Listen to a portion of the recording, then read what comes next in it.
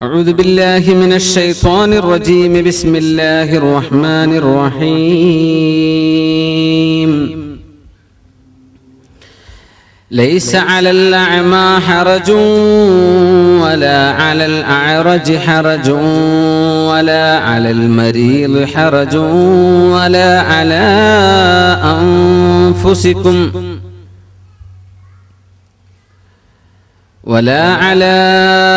أنفسكم أن تأكلوا من بيوتكم أو بيوت آبائكم أو بيوت أمهاتكم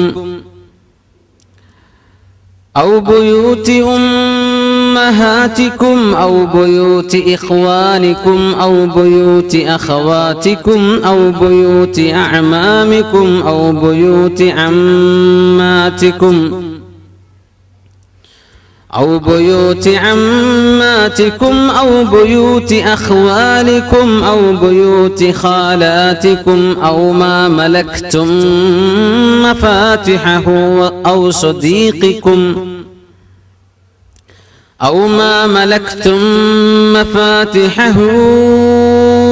أو صديقكم. ليس عليكم جناح أن تأكلوا جميعا أو أشتاتا فإذا دخلتم بيوتا فسلموا على أنفسكم تحية من عند الله مباركة طيبة كذلك يبين الله لكم الآيات لعلكم تعقلون. صدق الله العلي العظيم. بارك الله لي ولكم في القرآن العظيم ونفعني وإياكم بما فيه من الآيات والذكر الحكيم وعصمني وإياكم برحمته من الشيطان الرجيم. الله تعالى والقواعد من النساء اللاتي لا يرجون نكاحا വസ്ത്രവിധാനത്തിലും പുറത്തിറങ്ങി നടക്കുമ്പോഴും പാലിക്കേണ്ട വൃദ്ധകളായ സ്ത്രീകൾക്ക് പോലും പാലിക്കേണ്ട നിയമങ്ങൾ പറഞ്ഞതിന്റെ ശേഷം വളരെ സൂക്ഷ്മമായ, നമ്മളൊന്നും അത്ര കാര്യമാക്കാത്ത ഒരു വിഷയമാണ് അര പേജോളം വരുന്ന ഒരായത്തിൽ അല്ലാഹു തആല നമ്മെ പഠിപ്പിക്കുന്നത്. സുബ്ഹാനല്ലാഹ്. വീടുകളുമായി ബന്ധപ്പെട്ട നിയമങ്ങളും ചർച്ചകളുമാണ് അതിന്റെ മുമ്പുള്ള ആയത്തുകളിൽ കഴിഞ്ഞത്. കുട്ടികൾ സമ്മതം ചോദിക്കണമെന്ന് പറഞ്ഞതും വീട്ടിൽ പെരുമാറേണ്ട രീതികളെ സംബന്ധിച്ചൊക്കെയാണ് നമ്മൾ പഠിച്ചത്. ലൈസ അലൽ അഅ്മാ ഹറജുൻ, കണ്ണ് കാണാത്ത ആൾക്ക് കുഴപ്പമില്ല. വലാ അലൽ അഅ്റജി ഹറജുൻ, കാലിന് മുടന്തുള്ള ആൾക്കും ഒരു ബുദ്ധിമുട്ടോ ഒരു പ്രയാസമോ വേണ്ട. വലാ അലൽ മരീദി ഹറജുൻ, രോഗിക്കും ഒരു പ്രയാസവും തോന്നേണ്ടതില്ല. വലാ അലാ അൻഫുസിക്കും, നിങ്ങൾക്ക് തന്നെയും നിങ്ങൾക്ക് പ്രയാസം തോന്നേണ്ടതില്ല. എന്തിന് പ്രയാസം വേണ്ട? അൻ തഅകുലൂ മിൻ ബുയൂതിക്കും, നിങ്ങളുടെ വീട്ടിൽ നിന്ന് ഭക്ഷണം കഴിക്കാൻ. പടച്ചോനെ എന്താ പറയണത്? തഫ്സീർ പറയുമ്പോൾ നമുക്ക് മനസ്സിലാവും. നിങ്ങളുടെ വീട്ടിൽ നിന്ന് ഭക്ഷണം കഴിക്കാൻ ഒരു ബുദ്ധിമുട്ടും തോന്നേണ്ടതില്ല. ഭക്ഷണം കഴിക്കാൻ വേണ്ടി ഇരിക്കുമ്പോ കണ്ണു കാണാത്ത ആൾക്കും അതുപോലെ തന്നെ രോഗിക്കും മുടന്തനായ ആൾക്കും ഒരു പ്രയാസം തോന്നേണ്ടതില്ല. നിങ്ങളെ വീട്ടിൽ നിന്ന് ഭക്ഷണം കഴിക്കാനും നിങ്ങൾക്ക് പ്രയാസം തോന്നേണ്ടതില്ല. കഴിച്ചോളി. ഔ ബുയൂതി ആബായിക്കും ഔ ബുയൂതി ഉമ്മഹാതിക്കും, നിങ്ങളുടെ ഉപ്പയുടെ വീട്ടിൽ നിന്ന് ഭക്ഷണം കഴിക്കാനോ ഉമ്മയുടെ വീട്ടിൽ നിന്ന് ഭക്ഷണം കഴിക്കാനോ ഒന്നും പ്രയാസപ്പെടേണ്ട, അതിലൊന്നും കുഴപ്പമില്ല. ഔ ബുയൂതി ഇഖ്വാനിക്കും, സഹോദരന്മാരുടെ വീട്ടിൽ. ഔ ബുയൂതി അഖവാതിക്കും, നിങ്ങളുടെ സഹോദരിമാരുടെ വീട്ടിൽ. ഔ ബുയൂതി അഅമാമിക്കും ഔ ബുയൂതി അഖവാതിക്കും, നിങ്ങളുടെ സഹോദരിമാരുടെ വീട്ടിൽ നിന്ന് ഭക്ഷണം കഴിക്കുന്നതിനും വിരോധമില്ല. ഔ ബുയൂതി അഅമാമിക്കും, നിങ്ങളുടെ പിതാവിന്റെ സഹോദരന്മാർ, മൂത്താപ്പ എളാപ്പ, അവരുടെ വീട്ടിൽ നിന്ന് ഭക്ഷണം കഴിക്കുന്നതിനും വിരോധമില്ല. ഔ ബുയൂതി അമ്മാതിക്കും, നിങ്ങളുടെ ഉപ്പയുടെ സഹോദരി. അമ്മായി എന്ന് പറയില്ലേ? പക്ഷെ അമ്മായി എന്നൊക്കെ പറയുമ്പോൾ പല നാട്ടിലും പല അമ്മായിയാണ്. അമ്മായിമ്മക്കും അമ്മായി എന്ന് പറയുന്നവരുണ്ട്. ഉപ്പാന്റെ സഹോദരിക്കണം അമ്മച്ച് എന്ന് അറബി പറയാം. അവരുടെ വീട്ടിൽ പോയി ഭക്ഷണം കഴിക്കുന്നതിനും വിരോധമില്ല, നിങ്ങൾ കഴിച്ചോളി. ഔ ബുയൂത്തി അഖ്വാലിക്കും, നിങ്ങളുടെ ഉമ്മയുടെ സഹോദരൻ. ഉമ്മയുടെ സഹോദരന് മാമനോ അമ്മാവനോ, ഇംഗ്ലീഷിൽ അങ്കിൾ എന്നൊക്കെ പറഞ്ഞ ഒരുപാട് അങ്കിൾ, പിന്നെ ആരാന്ന് വേറെ ചോദിക്കണം. ഔ ബുയൂത്തി അഖ്വാലിക്കും ഔ ബുയൂത്തി ഖാലാത്തിക്കും, ഉമ്മയുടെ സഹോദരൻ അല്ലെങ്കിൽ ഉമ്മയുടെ സഹോദരി, അവരുടെ വീട്ടിൽ പോയി ഭക്ഷണം കഴിക്കുന്നതിനും വിരോധമില്ല. ആരൊക്കെ പറഞ്ഞു? നിങ്ങളുടെ വീട്, സഹോദരന്റെ സഹോദരിയുടെ ഉപ്പാന്റെ സഹോദരന്മാർ, ഉപ്പയുടെ സഹോദരിമാർ, ഉമ്മയുടെ സഹോദരന്മാർ, ഉമ്മയുടെ സഹോദരിമാർ, ഇവിടെ പോയിട്ട് നിങ്ങൾ ഭക്ഷണം കഴിക്കുന്നതിനൊന്നും വിരോധമില്ല. ഔമാ മലക്തും മഫാത്തിഹഹു, നിങ്ങൾ ആരുടെ ചാവി കീയാണോ നിങ്ങൾ ഉടമപ്പെടുത്തിയിരിക്കുന്നത് അവരുടെ അടുത്തുനിന്ന് ഭക്ഷണം കഴിക്കുന്നത്. ഒരുപാട് വീട് നോക്കാൻ നിങ്ങളെ ഏൽപ്പിച്ചു, ഒരു കട നിങ്ങളെ ഏൽപ്പിച്ചു, ഇൻഷാ അല്ലാഹ് വഴിയെ പറയാം. അവിടുന്ന് ഭക്ഷണം കഴിക്കുന്നതിനും വിരോധമില്ല. ഔ സ്വദീഖിക്കും, അല്ലെങ്കിൽ നിങ്ങളുടെ മുഅ്മിനായ ഒരു സഹോദരന്റെ സുഹൃത്തിന്റെ അടുത്തുനിന്ന് ഭക്ഷണം കഴിക്കുന്നതിനും വിരോധമില്ല. ഇത് വിരോധമുണ്ടെന്ന് ഞങ്ങൾക്ക് തോന്നിയിട്ടില്ലല്ലോ എന്നാണ് ഇപ്പൊ നമുക്ക് തോന്നുന്നത്, അല്ലേ? ഈ ആയത്തിറങ്ങാനുണ്ടായ അവതരണ പശ്ചാത്തലം അറിയുമ്പോഴാണ് ഈ വചനങ്ങളുടെ പ്രസക്തി മനസ്സിലാവുക. എപ്പോഴാണ് ഇത് ഇറങ്ങിയത്, അതിന്റെ കാരണം എന്തായിരുന്നു? പിന്നെ പറയുന്നു, ലൈസ അലൈക്കും ജുനാഹുൻ അൻ തഅകുലൂ ജമീഅൻ ഔ അശ്താതാ, നിങ്ങൾ ഒറ്റയ്ക്ക് ഭക്ഷണം കഴിച്ചാലും ഒരുമിച്ചിരുന്ന് ഭക്ഷണം കഴിച്ചാലും ഒരു വിരോധവുമില്ല. നിങ്ങൾ ഒരുമിച്ച് എല്ലാവരും കൂടി ഇരുന്ന് ഭക്ഷണം കഴിച്ചോളൂ, ഒറ്റക്കൊറ്റക്ക് ഭക്ഷണം കഴിച്ചോളൂ, അതും വിരോധമില്ല. فإذا دخلتم بيوتا فسلموا على أنفسكم, നിങ്ങൾ വീടുകളിലേക്ക് കയറി ചെല്ലുമ്പോൾ നിങ്ങളുടെ ശരീരത്തോട് ഒരു അസ്സലാമു അലൈക്കും പറഞ്ഞേക്കണം. നിങ്ങളുടെ ശരീരത്തോട്, മുസ്ലിമീങ്ങളായ ആളുകളുടെ പുരക്ക് ചെല്ലുകയാണെങ്കിൽ ആ വീട്ടുകാർ മുസ്ലിമീങ്ങളെങ്കിൽ നിങ്ങളുടെ ശരീരം പോലെ തന്നെയാണല്ലോ അവര്. അവർക്ക് രക്ഷ ഉണ്ടാകട്ടെ എന്ന് പറയും, നിനക്ക് രക്ഷ ഉണ്ടാവാൻ നീ ആഗ്രഹിക്കുന്നുവല്ലോ, അല്ലേ? അപ്പൊ അവർക്കും നീ സലാം പറയണം. ഇൻഷാ അല്ലാഹ് അതിന്റെ വിശദീകരണം വഴിയെ പറയാം ഇൻഷാ അല്ലാഹ്.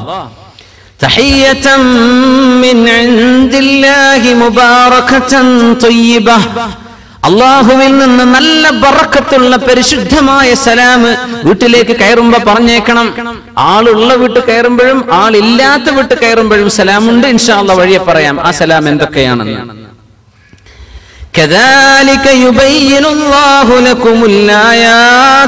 അല്ലാഹു അവന്റെ ദൃഷ്ടാന്തങ്ങൾ നിങ്ങൾക്ക് ഇങ്ങനെ വിവരിച്ചു തരികയാണ്. ലഅല്ലകും തഅഖിലൂൻ, നിങ്ങൾ ചിന്തിക്കാൻ വേണ്ടി അല്ലാഹു നിങ്ങൾക്ക് വ്യക്തമാക്കി തരികയാണ്. യാ അല്ലാഹ്, 61ാമത്തെ ആയത്താണ് നമ്മൾ ഈ ഓതിയത്. ഒരായത്ത് ഇത് അവതരിക്കാനുണ്ടായ കാരണം എന്തായിരുന്നു? എന്തുകൊണ്ട് അങ്ങനെ ഒരായത്ത് അവതരിച്ചു? യഖൂലുൽ ഉലമാ, ഉലമാക്കൾ പറയുന്നത്, പരിശുദ്ധ ഖുർആനിലെ സൂറത്തുൻ നിസായിലെ ഒരു ആയത്ത് ഇറങ്ങിയപ്പോഴാണ് സ്വഹാബത്തിന് ഒരു പേടി വന്നത്. എന്താണ് ആയത്ത്? യാ അയ്യുഹല്ലദീന ആമനു, ഈമാനുള്ളവരെ, അല്ലാഹുവിൽ വിശ്വാസമുള്ളവരെ, ലാ തഅകുലൂ അംവാലകും ബൈനകും ബിൽ ബാത്തിൽ, നിങ്ങൾ നിങ്ങളുടെ സമ്പത്ത് ബാത്തിലിൽ അന്യായമായിട്ട് നിങ്ങൾ തിന്നാൻ പാടില്ല. മറ്റുള്ളവന്റേതെന്ന് അല്ലാഹു ഉദ്ദേശിക്കുന്നത്, പക്ഷെ നിങ്ങളുടേത്.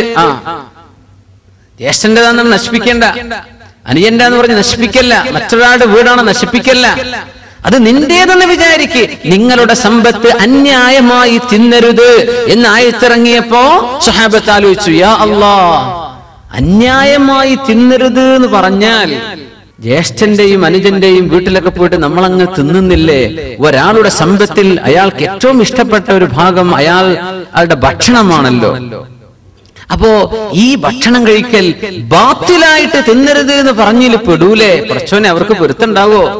അമ്മായിയെന്ന് പറഞ്ഞ് എന്നിട്ട് അടുക്കളയിൽ പോയിട്ട് എടുത്ത് തിന്നെയാണ്. ഇതൊക്കെ അമ്മായിയുടെ ഭക്ഷണല്ലേ, അവർക്ക് പൊരുത്തുണ്ടോ? അമ്മായിയുടെ സമ്മതമുണ്ടോ?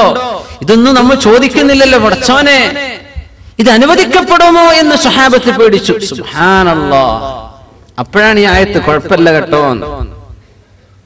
ഈ കുഴപ്പമില്ല എന്ന് പറയുന്ന ആയത്തുകൾക്കൊക്കെ അവതരണ പശ്ചാത്തലങ്ങളുണ്ട്. ഉംറക്ക് പോകുമ്പോ സഅയ്, സഫാ മർവന്റെ ഇടയിൽ നമ്മൾ നടക്കണം, സഅയ് ചെയ്യണ്ടേ? ആ സഅയ് ചെയ്യണം എന്ന് പറഞ്ഞ ആയത്തേതാ? എവിടുന്നാ സഅയ് വേണമെന്ന് കിട്ടിയത്? ഇന്ന സഫാ വൽ മർവത മിൻ ശആഇരില്ലാഹ് فمن حج البيت أو اعتمر فلا جناح عليه ഇവിടൊക്കെ പറഞ്ഞതാ ലാ ജുനാഹ ഹറജ് പ്രയാസല്ല ജുനാഹ് അതേ അർത്ഥത്തിലാണ് فلا جناح عليه أن يطوف بهما ومن تطوع خيرا فإن الله شاكر عليم ഹജ്ജിനും ഉംറക്കോ വന്നാൽ സഫാ മർവന്റെ ഇടയിൽ നടക്കുന്നതിന് വിരോധമില്ല. നേരെ പരിഭാഷ വായിച്ച പടച്ചോനെ ഈ ഉസ്താദ്മാര് വെറുതെ തന്നെ ഞങ്ങളെ കൊണ്ടുപോയി നടത്തിയത്, വിരോധമില്ല എന്നല്ലേ ഉള്ളൂ, റൂമിലിരുന്നാലും കുഴപ്പമില്ലല്ലോ. തവാഫൊക്കെ നമുക്ക് നടക്കുന്നുണ്ട്, സഅയിലാണ് കുഴങ്ങൽ അല്ലേ. നമ്മൾ പകുതി എത്തുമ്പോഴേക്കും തളർന്ന് പിന്നെ 7 വേണ്ടി 3 മതിയായിരുന്നല്ലോ എന്നൊക്കെ ഇങ്ങനെ ആലോചിച്ചു. യാ അല്ലാഹ്, കുഴപ്പമില്ല എന്നല്ലേ അള്ളാഹ് പറഞ്ഞിട്ടുള്ളൂ. അങ്ങനെയൊക്കെ അർത്ഥം കണ്ടെത്തുന്ന കാലാണിത്. പരിഭാഷ വായിച്ചിട്ടുള്ള മസല പറയാണ്. സുബ്ഹാനല്ലാഹ്, ഹദീസിനെ കണ്ടിട്ട് അങ്ങോട്ട് പറയാണ് ഫിഖ്ഹിന്റെ മസലകൾ. അവിടെ കുഴപ്പമില്ല എന്ന് തന്നെയാണ് വാക്യ അത് അവതരിക്കാനുണ്ടായ കാരണം എന്താ? ജാഹിലിയ്യ കാലത്ത് അവിടെ 2 ബിംബങ്ങൾ ഉണ്ടായിരുന്നു, ഇസാഫ് നായില എന്ന് പറഞ്ഞ 2 ബിംബങ്ങൾ. അത് 2 മനുഷ്യന്മാരെ അള്ളാഹു പിടിച്ച് ഖരമാക്കി ഉറപ്പിച്ചതാണെന്നാണ്. ഒരാണും ഒരു പെണ്ണുമാണ്, ഇസാഫ് നായില. 2 പേരും കഅബന്റെ ഉള്ളിൽ ചെന്നിട്ട് വ്യഭിചരിച്ചവരാ ജാഹിലിയ്യ കാലത്ത്. അള്ളാഹു അവരെ പിടിച്ച് അങ്ങോട്ട് ഉറപ്പിച്ചു നിർത്തി. ആ അവസ്ഥയിൽ അവരങ്ങോട്ട് ഉറച്ചുപോയി, കല്ല് പോലെയായിപ്പോയി. അവരെടുത്ത് കൊണ്ടുപോയി ഒന്ന് സഫന്റെ മുകളിൽ വെച്ചു, ഒന്ന് മറുവന്റെ മുകളിൽ വെച്ചു. പിൽക്കാലത്ത് വന്നവർ ഈ വ്യഭിചരിച്ച ആളുകളാണിതെന്ന് അറിയാതെ അവരൊക്കെ വർഷിപ്പ് ചെയ്യാൻ തുടങ്ങി, അവരൊക്കെ ആരാധിക്കാൻ വേണ്ടി തുടങ്ങി. അങ്ങനെ ഇസ്ലാമിന്റെ മുമ്പ് അവർ എന്ത് ചെയ്യുന്നു? സഫാ മറുവന്റെ മുകളിൽ പോകുന്ന എന്തിനാ? ഈ ബിംബത്തെ പൂജിക്കാനാ. ഇസാഫു നായില ആരാ ഈ ബിംബങ്ങൾ? മുമ്പ് തോന്നിവാസം ചെയ്ത ആൾക്കാർ. യാ അല്ലാഹ്, അപ്പൊ സ്വഹാബത്തിന് ബേജാറായി, നബിയെ തവാഫ് ചെയ്യണം എന്നൊക്കെ പറയുമ്പോ ഞങ്ങൾ അവിടെ മുമ്പ് പോയത് ആ ബിംബാരാധനക്ക് പോയതല്ലേ, ഭയങ്കര വിഷമം നബിയെ. അതൊക്കെ എടുത്തു കളഞ്ഞില്ലേ? അള്ളാഹുവിന്റെ റസൂൽ അത് ശുദ്ധിയാക്കിയില്ലേ? ഇസ്ലാം വന്നില്ലേ? നിങ്ങളുടെ കൽബിൽ ഈമാൻ ഉണ്ടായില്ലേ? ആ ബിംബങ്ങളൊക്കെ അവിടെ നീക്കിക്കളഞ്ഞില്ലേ? ഇനി തവാഫ് അതോ ആ മനസ്സിലെ പ്രയാസത്തിനൊന്നും ഒരു കുഴപ്പമില്ല കേട്ടോ. നിങ്ങൾ തവാഫ് സഅയ് ചെയ്തോളി, സഫാ മർവന്റെ ഇടയിൽ നിങ്ങൾ പോയിക്കോളി. പണ്ടത്തെ ആ ഓർമ്മ കൊണ്ടൊരു പ്രയാസമൊക്കെ ഉണ്ട്, അതിനൊന്നും സാരല്ല. ഇതാണ് പറഞ്ഞതിനർത്ഥം. ആ സാരല്ല എന്ന് പറഞ്ഞത് മനസ്സിലെ ഈ തോന്നലിന് കുഴപ്പമില്ല. അതുപോലെ ഇവിടെ പറയാൻ, അള്ളാഹുവെ എന്റെ സമ്പത്ത് എനിക്ക് അനുവദിക്കപ്പെട്ടതാണ്, പക്ഷേ ഞാൻ അല്ലാത്ത മറ്റാളുകളുടെ സ്വദീഖ് ഫ്രണ്ട്സിന്റെ വീട്ടിൽ പോകുന്നു, അവിടെ നിന്ന് അങ്ങനെ എടുത്തു കുടിക്കുന്നു, എടുത്തു ഭക്ഷിക്കുന്നു. പടച്ചോനെ, ഇതൊക്കെ അവർക്ക് തൃപ്തിയില്ലെങ്കിൽ എനിക്ക് അനുവദിക്കപ്പെടുമോ? ഹലാൽ ഹറാമിനെ കുറിച്ചുള്ള ചിന്തയാണ്. മഹാനായ മുഹമ്മദ് ഇബ്നു ഇസ്ഹാഖ് റളിയല്ലാഹു അൻഹു ഉമ്മാന്റെ കൂടെ ഒരു പ്ലേറ്റിൽ ഭക്ഷണം കഴിക്കൂല എന്നാണ്. അപ്പൊ ആളുകൾ ചോദിച്ചു, മഹാനവറുകൾ എന്താ ഉമ്മാന്റെ കൂടെ? വജലൻ, പേടിയാണ്. എന്ത്? ഒരു പ്ലേറ്റിൽ നിന്ന് ഭക്ഷണം കഴിക്കുക, അതാണല്ലോ ഇസ്ലാമിന്റെ ആ ഒരു തനതായ സുന്നത്ത്. പടച്ചോനെ, അപ്പൊ ഉമ്മി ഞാൻ ഇരിക്കുമ്പോ ഞാൻ എടുക്കുന്നത് ഉമ്മാക്ക് ഇഷ്ടപ്പെട്ട ഒരു കഷ്ണാണെങ്കിൽ പടച്ചോനെ അത് ഉമ്മാന്റെ മനസ്സ് വേദനിപ്പിക്കലാവൂലേ? കോയിന്റെ കാല് കുട്ടിക്ക് ഭയങ്കര ഇഷ്ടമായിരിക്കും, അത് അളയാക്കെടുത്ത് തിന്നാൽ കുട്ടിക്ക് ബേജാറായില്ല. അപ്പൊ ഉമ്മാക്ക് തൃപ്തിപ്പെട്ട എന്തെങ്കിലും ആ പ്ലേറ്റിൽ ഉണ്ടെങ്കിൽ ഞാനത് എടുത്ത് തിന്നാൽ എന്റെ ഉമ്മയോട് ഞാൻ ചെയ്യുന്ന അപമര്യാദയാവൂലേ?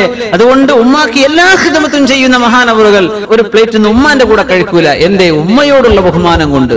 സുബ്ഹാനല്ലാഹ്, സ്വഹാബത്തെ ഹലാലും ഹറാമും നോക്ക്, വെറുതെ കിട്ടുന്നതൊക്കെ ഭയങ്കരമായിട്ട് മനുഷ്യന്മാര് എടുത്തു നിന്ന കാലാണ് അല്ലെ. ഇങ്ങോട്ട് കിട്ടുന്നതൊക്കെ അങ്ങോട്ട് കൊടുക്കാൻ വലിയ പണിയാണ് അല്ലെ. അശ്അബ് ഇബ്നു ജുബൈർ എന്ന് പറയുന്ന തുമ്മാഉൽ അറബ്, അറബികളിൽ ഏറ്റവും വലിയ തീറ്റപ്രിയനായിരുന്ന ഒരാളുണ്ടായിരുന്നു.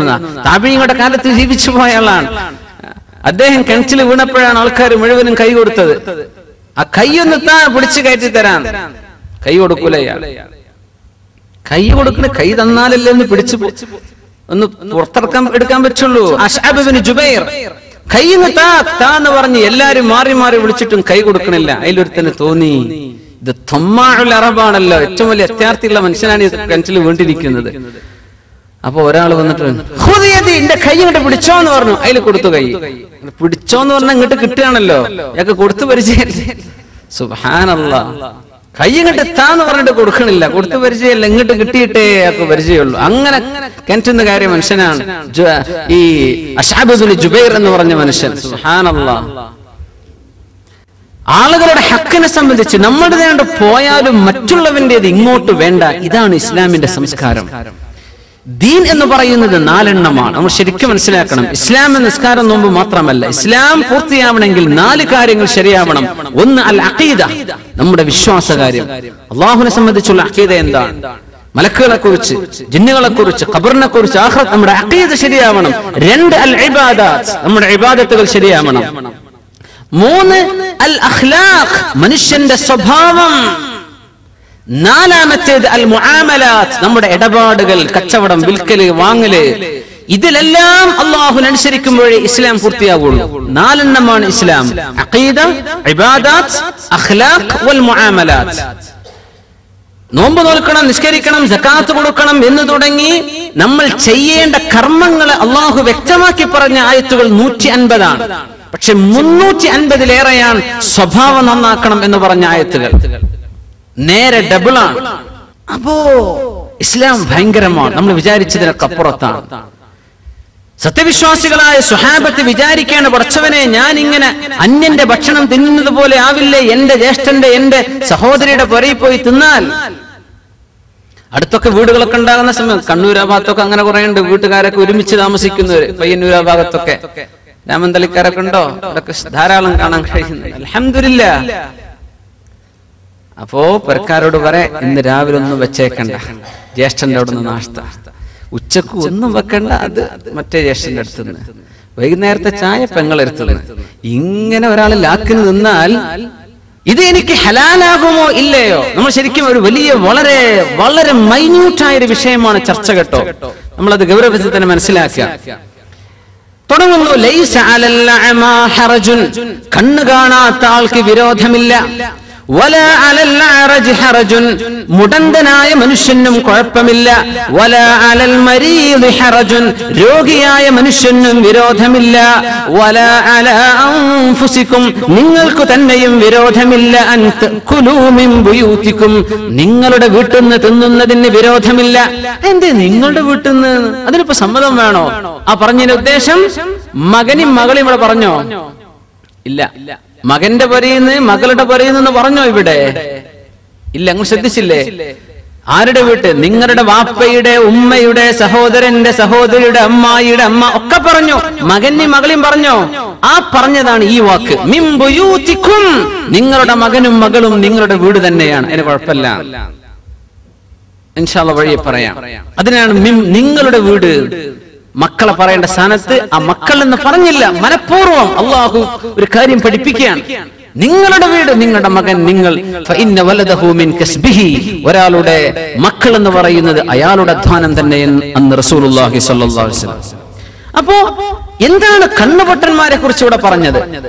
മുടന്തന്മാരെ കുറിച്ച് പറഞ്ഞു, രോഗികളെ കുറിച്ച് ഇവരുടെ കൂടെ ഇരുന്ന് ഭക്ഷണം കഴിക്കാൻ ജാഹിലിയ്യ കാലത്ത് പ്രയാസമുണ്ടായിരുന്നു.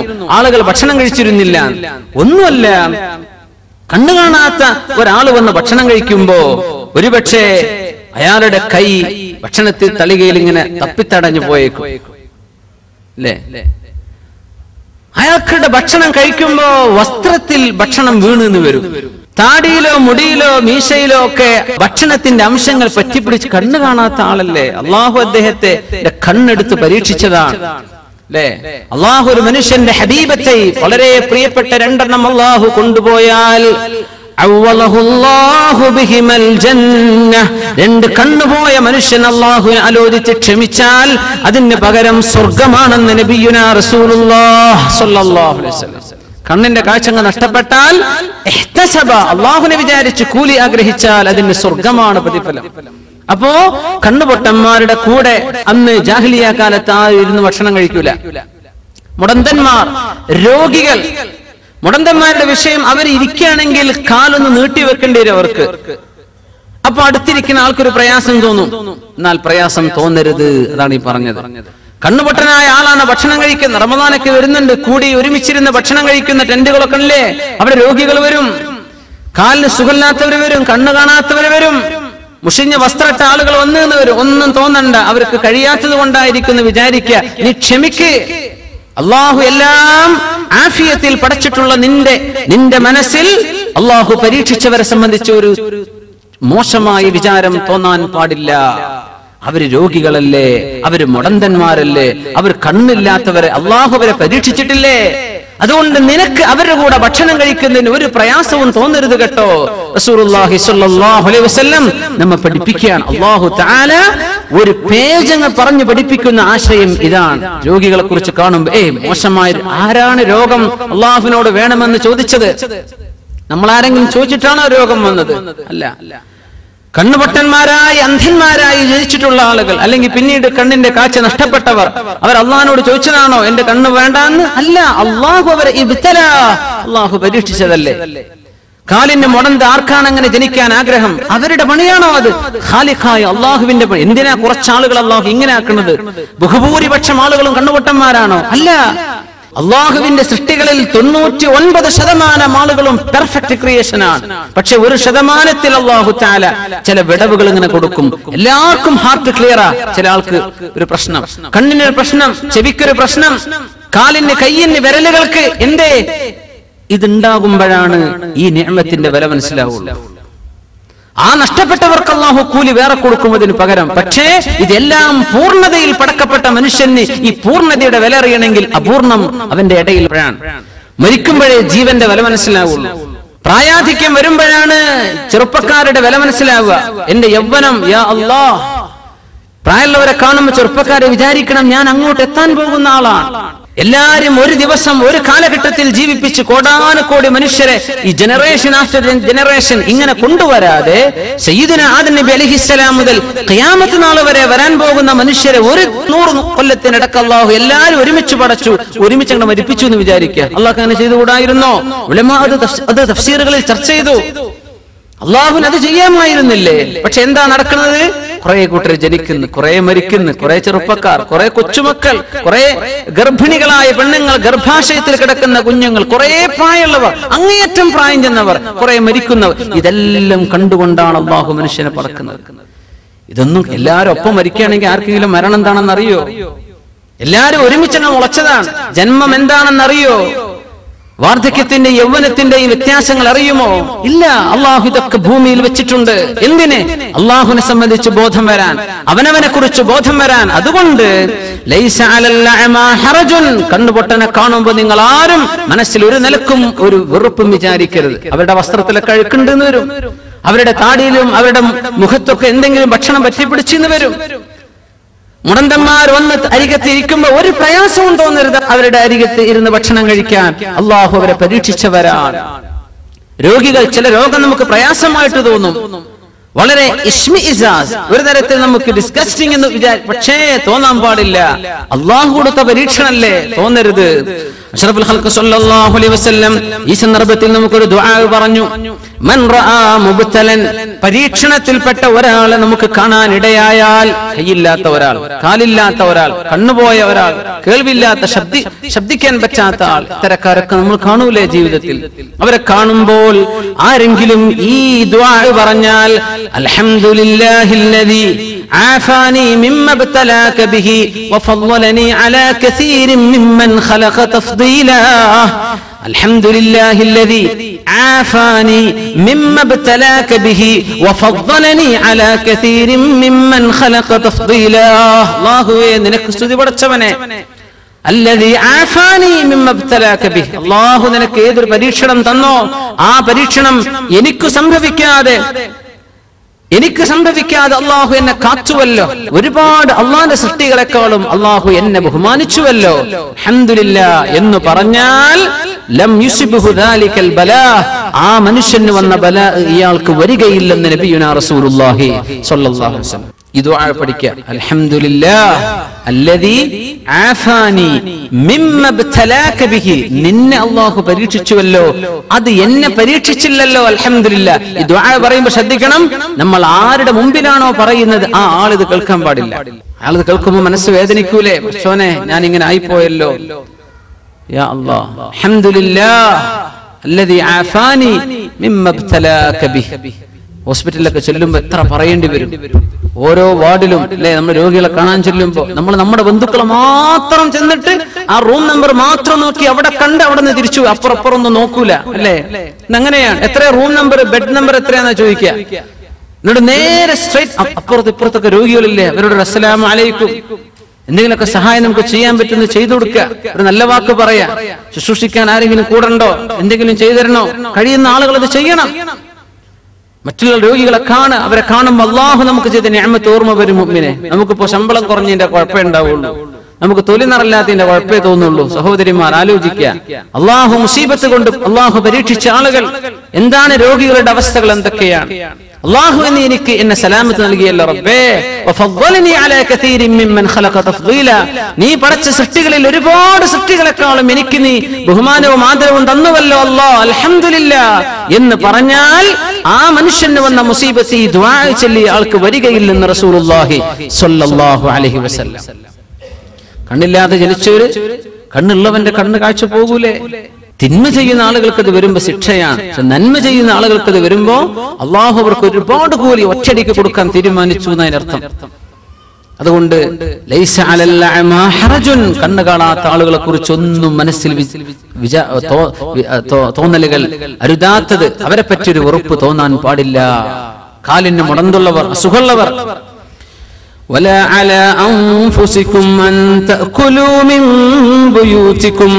യാ അല്ലാഹ്, അല്ലാഹു തആല പറയാണ്, നിങ്ങൾക്കും വിരോധമില്ല അൻ തഅകുലൂ മിൻ ബുയൂതികും, നിങ്ങളുടെ വീട്ടിൽ നിന്ന് തിന്നുന്നതിന് വിരോധമില്ല. അപ്പൊ സ്വഹാബത്ത് ചിന്തിച്ചു, പടച്ചോനെ, മകൾ അവരുടെ പുരയിന്ന് പോയി തിന്നാൽ അത് അവർക്ക് പൊരുത്തപ്പെടുമോ? ഈ പറഞ്ഞ ആയത്തുകളെല്ലാം നമ്മൾ പരിശോധിക്കുക. ഈ ആയത്തിൽ ഉമ്മയുടെ സഹോദരി, ഉമ്മയുടെ സഹോദരൻ, വാപ്പയുടെ സഹോദരൻ, വാപ്പയുടെ സഹോദരി, നമ്മുടെ പിതാക്കന്മാരുടെ വീട്, മകന് പിതാവിന്റെ വീട് അത് വേറെ തന്നെയാണ്. ഉമ്മയുടെ വീട് അങ്ങനെ കണ്ട, ഉമ്മാക്ക് പൈസക്കുള്ള ഒരു ഉമ്മയാണ്, ഉമ്മ സ്വന്തം ഒരു പുര വെച്ചിട്ടുണ്ട്, വാപ്പാക്ക് വേറെ വീടുണ്ട്. നമ്മുടെ നാട്ടിലൊക്കെ ഉമ്മയും വാപ്പയൊക്കെ ഒരുമിച്ചാണ് താമസിക്കുന്നത്. അൽഹംദുലില്ലാ, കുറച്ചു കാലം കഴിഞ്ഞാൽ അതൊക്കെ മാറും, ചിലപ്പോ മോഡേൺ ആയിട്ട് വരുമ്പോഴേ. അപ്പൊ അങ്ങനെ ഉമ്മാക്കും ഉപ്പാക്കും വേറെ വീടുണ്ട്. ആ വീടുകളിൽ പോലും പാലിക്കേണ്ട മര്യാദയാണ് പറയാൻ പോകുന്നത് കേട്ടോ. ഈ പാടില്ല, കുഴപ്പമില്ല എന്ന് പറഞ്ഞ് എന്തിന് കുഴപ്പമില്ല? നിങ്ങളെ അങ്ങോട്ട് ക്ഷണിച്ചിട്ടുണ്ട്, നിങ്ങൾ അവിടെ ചെന്ന് കഴിക്കുന്നത്, ഭക്ഷണം കഴിക്കുന്ന അവർക്ക് പൊരുത്തമാണെന്ന് നിങ്ങൾക്ക് തോന്നലുണ്ട്. 3, ആ വീട്ടിലെ കാര്യങ്ങൾ നിങ്ങളെ അവർ ഏൽപ്പിച്ചു പോന്നവരാണ്. ആ അവസ്ഥയിൽ നിങ്ങൾക്ക് ആവശ്യമായത് നിങ്ങൾ തിന്നുന്നതിന് വിരോധമില്ല. അതാണ് ഈ പറഞ്ഞതിന്റെ അർത്ഥം. അമ്മായിന്റെ വീട്ടിൽ പോയിട്ട് നേരെ ഫ്രിഡ്ജ് വന്നിട്ട് എടുത്ത് കുടിക്കുക പറ്റൂല. ലാ തഅകുലു അംവാലകും ബൈനകും ബിൽ ബാത്തിൽ. പടച്ചോനെ, അങ്ങനെയൊക്കെ എത്ര ജ്യൂസ് ഞാൻ പള്ളിയിലാക്കിയിരുന്നല്ലേ, അറിഞ്ഞതിൽ പിന്നെ പറ്റൂല. ഔ സ്വദീഖിക്കും, സുഹൃത്തിൻ്റെതാണ്. ബാച്ചിലർ റൂമിലൊക്കെ ഓരോരുത്തർ എന്തെങ്കിലുമൊക്കെ കൊണ്ട് ഒരു കുപ്പി, ഒരു ഗ്ലാസ് പാൽ അല്ലെങ്കിൽ ഒരു ബോട്ടിൽ പാല് കൊണ്ടുവന്ന് വെച്ചിട്ടുണ്ടാവും. സാധു നേരം വെളുത്ത് നോക്കുമ്പോ ആരെങ്കിലും കുടിച്ച് കാലി വെച്ചിട്ടുണ്ടാവും. സുബ്ഹാനല്ലാഹ്, ചെയ്യല്ല മുഅ്മിനെ, പാടില്ല. നമ്മൾ നിസ്സാരമായി അല്ലാഹു അഖ്ലാഖ്, സംസ്കാരം പഠിപ്പിച്ചിരിക്കുകയാണ്. നമ്മുടെ ഏറ്റവും അടുത്തിടപഴകുന്ന വീടുകളാണ് അല്ലാഹു ഈ പറഞ്ഞത്. ഇങ്ങനെയാണെങ്കിൽ അന്യരുടെ സമ്പത്ത്, അന്യ ആളിൻ്റെത്, അഡ്രസ് ഇല്ലാത്തത് നമുക്ക് തിന്നാൻ പറ്റുമോ? ഏറ്റവും നല്ല സ്വഭാവം അല്ലാഹു പഠിപ്പിക്കുകയാണ്. അപ്പോ നിങ്ങളുടെ സ്വന്തം മക്കളുടെ വീട്ടിലേക്ക് വാപ്പാക്ക് ക്ഷണം വരേണ്ട ആവശ്യമില്ല. അതാണ് തഅകുലു മിൻ ബുയൂതികും, നിങ്ങളുടെ വീടെന്ന് കഴിക്കുന്ന കുഴപ്പമില്ല.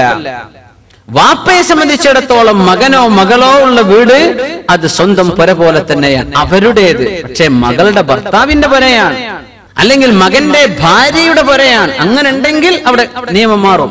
വാപ്പക്ക് മകനും മക്കളും, മകന്റെയും മകളുടെയും മക്കളുടെ വീടുകൾ പിതാവിന്റെ വീട് തന്നെയാണെന്ന് എവിടെന്ന് മനസ്സിലായി? റസൂലുള്ളാഹി സ്വല്ലല്ലാഹു അലൈഹി വസല്ലമ തങ്ങൾ പഠിപ്പിക്കുന്നു. ഒരാൾ വന്ന് പരാതി പറഞ്ഞു, ചെറുപ്പക്കാരന്റെ പരാതി. എന്താണ് പരാതി? നബിയെ, എന്റെ വാപ്പ എന്റെ മുതലെടുക്കുന്നുണ്ട് നബിയെ, ഞാൻ എന്ത് കൊണ്ടുവന്നാലും വാപ്പ അത് അടിച്ചു മാറ്റി കൊണ്ടുപോകും. പൊന്നാര നബി, എന്റെ വാപ്പാനോട് ഒന്ന് പറയണം, എന്റെ പൈസ എടുക്കരുത്. ഒരു സ്വഹാബി പരാതി പറഞ്ഞു. അന്നേരം ഒരു മസ്അല പഠിപ്പിച്ചു റസൂലുള്ളാഹി സ്വല്ലല്ലാഹു അലൈഹി വസല്ലം. അൻത വമാലുക ലിഅബീക്, നീയും നിന്റെ സമ്പത്തും നിന്റെ വാപ്പാക്കുള്ളത് തന്നെയാണല്ലോ, പരാതിപ്പെടാൻ പാടില്ല. അപ്പൊ വാപ്പമാരൊക്കെ ഒന്ന് ഉഷാറായി. അങ്ങനെയാണെങ്കിൽ പിന്നെ നമ്മൾ ഏർപ്പാടൊക്കെ നിർത്തിച്ചിട്ട് മകന്റെ ഏർപ്പാടൊന്നും കിട്ടിയാൽ മതിയല്ലോ. അപ്പൊ അവരോട് റസൂലുള്ളാഹി സ്വല്ലല്ലാഹു അലൈഹി വസല്ലമ തങ്ങൾ പഠിപ്പിച്ചു കൊടുക്കുകയാണ്, മൻ അകല മിൻ മാലി ഇബ്നിഹി ഫൽയകുൽ മിൻഹു ബിമഅറൂഫ്. മകന്റെ സമ്പത്ത് ആരെങ്കിലും ഉപയോഗിക്കുന്നുണ്ടെങ്കിൽ, വാപ്പ മകന്റെ സമ്പത്ത് ആരെങ്കിലും എടുക്കുന്നുണ്ടെങ്കിൽ ഫൽയഅകുൽ മിൻഹു ബിമഅറൂഫിൻ, അത്യാവശ്യമായത് മാത്രമേ ആ മകന്റെ സ്വത്തിൽ നിന്ന് കഴിക്കാൻ പാടുള്ളൂ. വാപ്പമാരോട് യാ അല്ലാഹ്, നാട്ടിൽ അക്കൗണ്ടിലേക്ക് പൈസ അയക്കുന്നുണ്ട്, പക്ഷെ ATM കാർഡ് വാപ്പാന്റെ കയ്യിലാണ്. ലീവില് ചെന്ന് നോക്കുമ്പോ അക്കൗണ്ട് കാലിയാണ്. അടച്ച തമ്പുരാനെ, വാപ്പ മുഴുവെടുത്തിട്ടുണ്ട്. വാപ്പാരത് ചെയ്യാൻ പാടില്ല. ഫൽയഅകുൽ മിൻഹു ബിമഅറൂഫ്, വാപ്പാക്ക് സമ്പത്തില്ലാത്ത വാപ്പയാണ്, വാപ്പാക്ക് വരുമാനമില്ല, മകൻ വാപ്പയെ നോക്കണം. അത് മകന്റെ ഔദാര്യമല്ല, മകന്റെ ബാധ്യതയാണ്. വാപ്പ മകന്റെ സമ്പത്തിന് എന്തെടുക്കാൻ പറ്റുന്നതാണ് വാപ്പാക്ക് അത്യാവശ്യമുള്ളത്. വാപ്പ വേറെ ബിസിനസ് തുടങ്ങാൻ മകന്റെ പൈസ എടുക്കാൻ പാടില്ല. കാരണം മകന്റെ മക്കളുണ്ട്, അവൻ കല്യാണം കഴിക്കേണ്ട ആളാണ്, അവന് വീട് വെക്കേണ്ടി വരും, അവന് കച്ചവടം തുടങ്ങേണ്ടി വരും. മകന്റെ സ്വത്ത് മകനാണ്, പക്ഷേ വാപ്പാക്ക് ആവശ്യമുള്ളത് എടുക്കാൻ അള്ളാഹു അനുവദിച്ചിട്ടുണ്ട്. മകനോട് പറഞ്ഞു, വാപ്പ എന്റെ മുതലെടുക്കുന്നു എന്ന് പരാതി പറയല്ല, നീയും നിന്റെ സമ്പത്തും നീയും നിന്റെ വാപ്പാക്കുള്ളത് തന്നെയാണല്ലോ സല്ലല്ലാഹു അലൈഹി വസല്ലം. സംഗതി ക്ലീനായി, രണ്ടാർക്കും ഇപ്പൊ പരാതിയില്ല. എന്തൊരു മനോഹരം! ഇതാണല്ലോ ദീൻ. ഇസ്ലാമിന്റെ മഹത്വം നോക്കി നിങ്ങൾ. എന്തൊക്കെ മതങ്ങളുണ്ട് എന്ന് ലോകത്ത് പറയാണെങ്കിലും ഇങ്ങനെ ജീവിക്കൽ ഇങ്ങനെയാണെന്ന് അള്ളാഹു പറഞ്ഞെന്നൊരു ദീൻ വേറുണ്ടോ? ഏതാണ് ഇവിടെ പറയപ്പെടാതെ പോകുന്ന വിഷയങ്ങൾ? എന്തിനാണ് ഒരു നിയമമില്ലാത്തത്? യാ അല്ലാഹ്, അതിൽ രണ്ടു കൂട്ടർക്കും പ്രയാസമല്ല. സുബ്ഹാനല്ലാഹ്.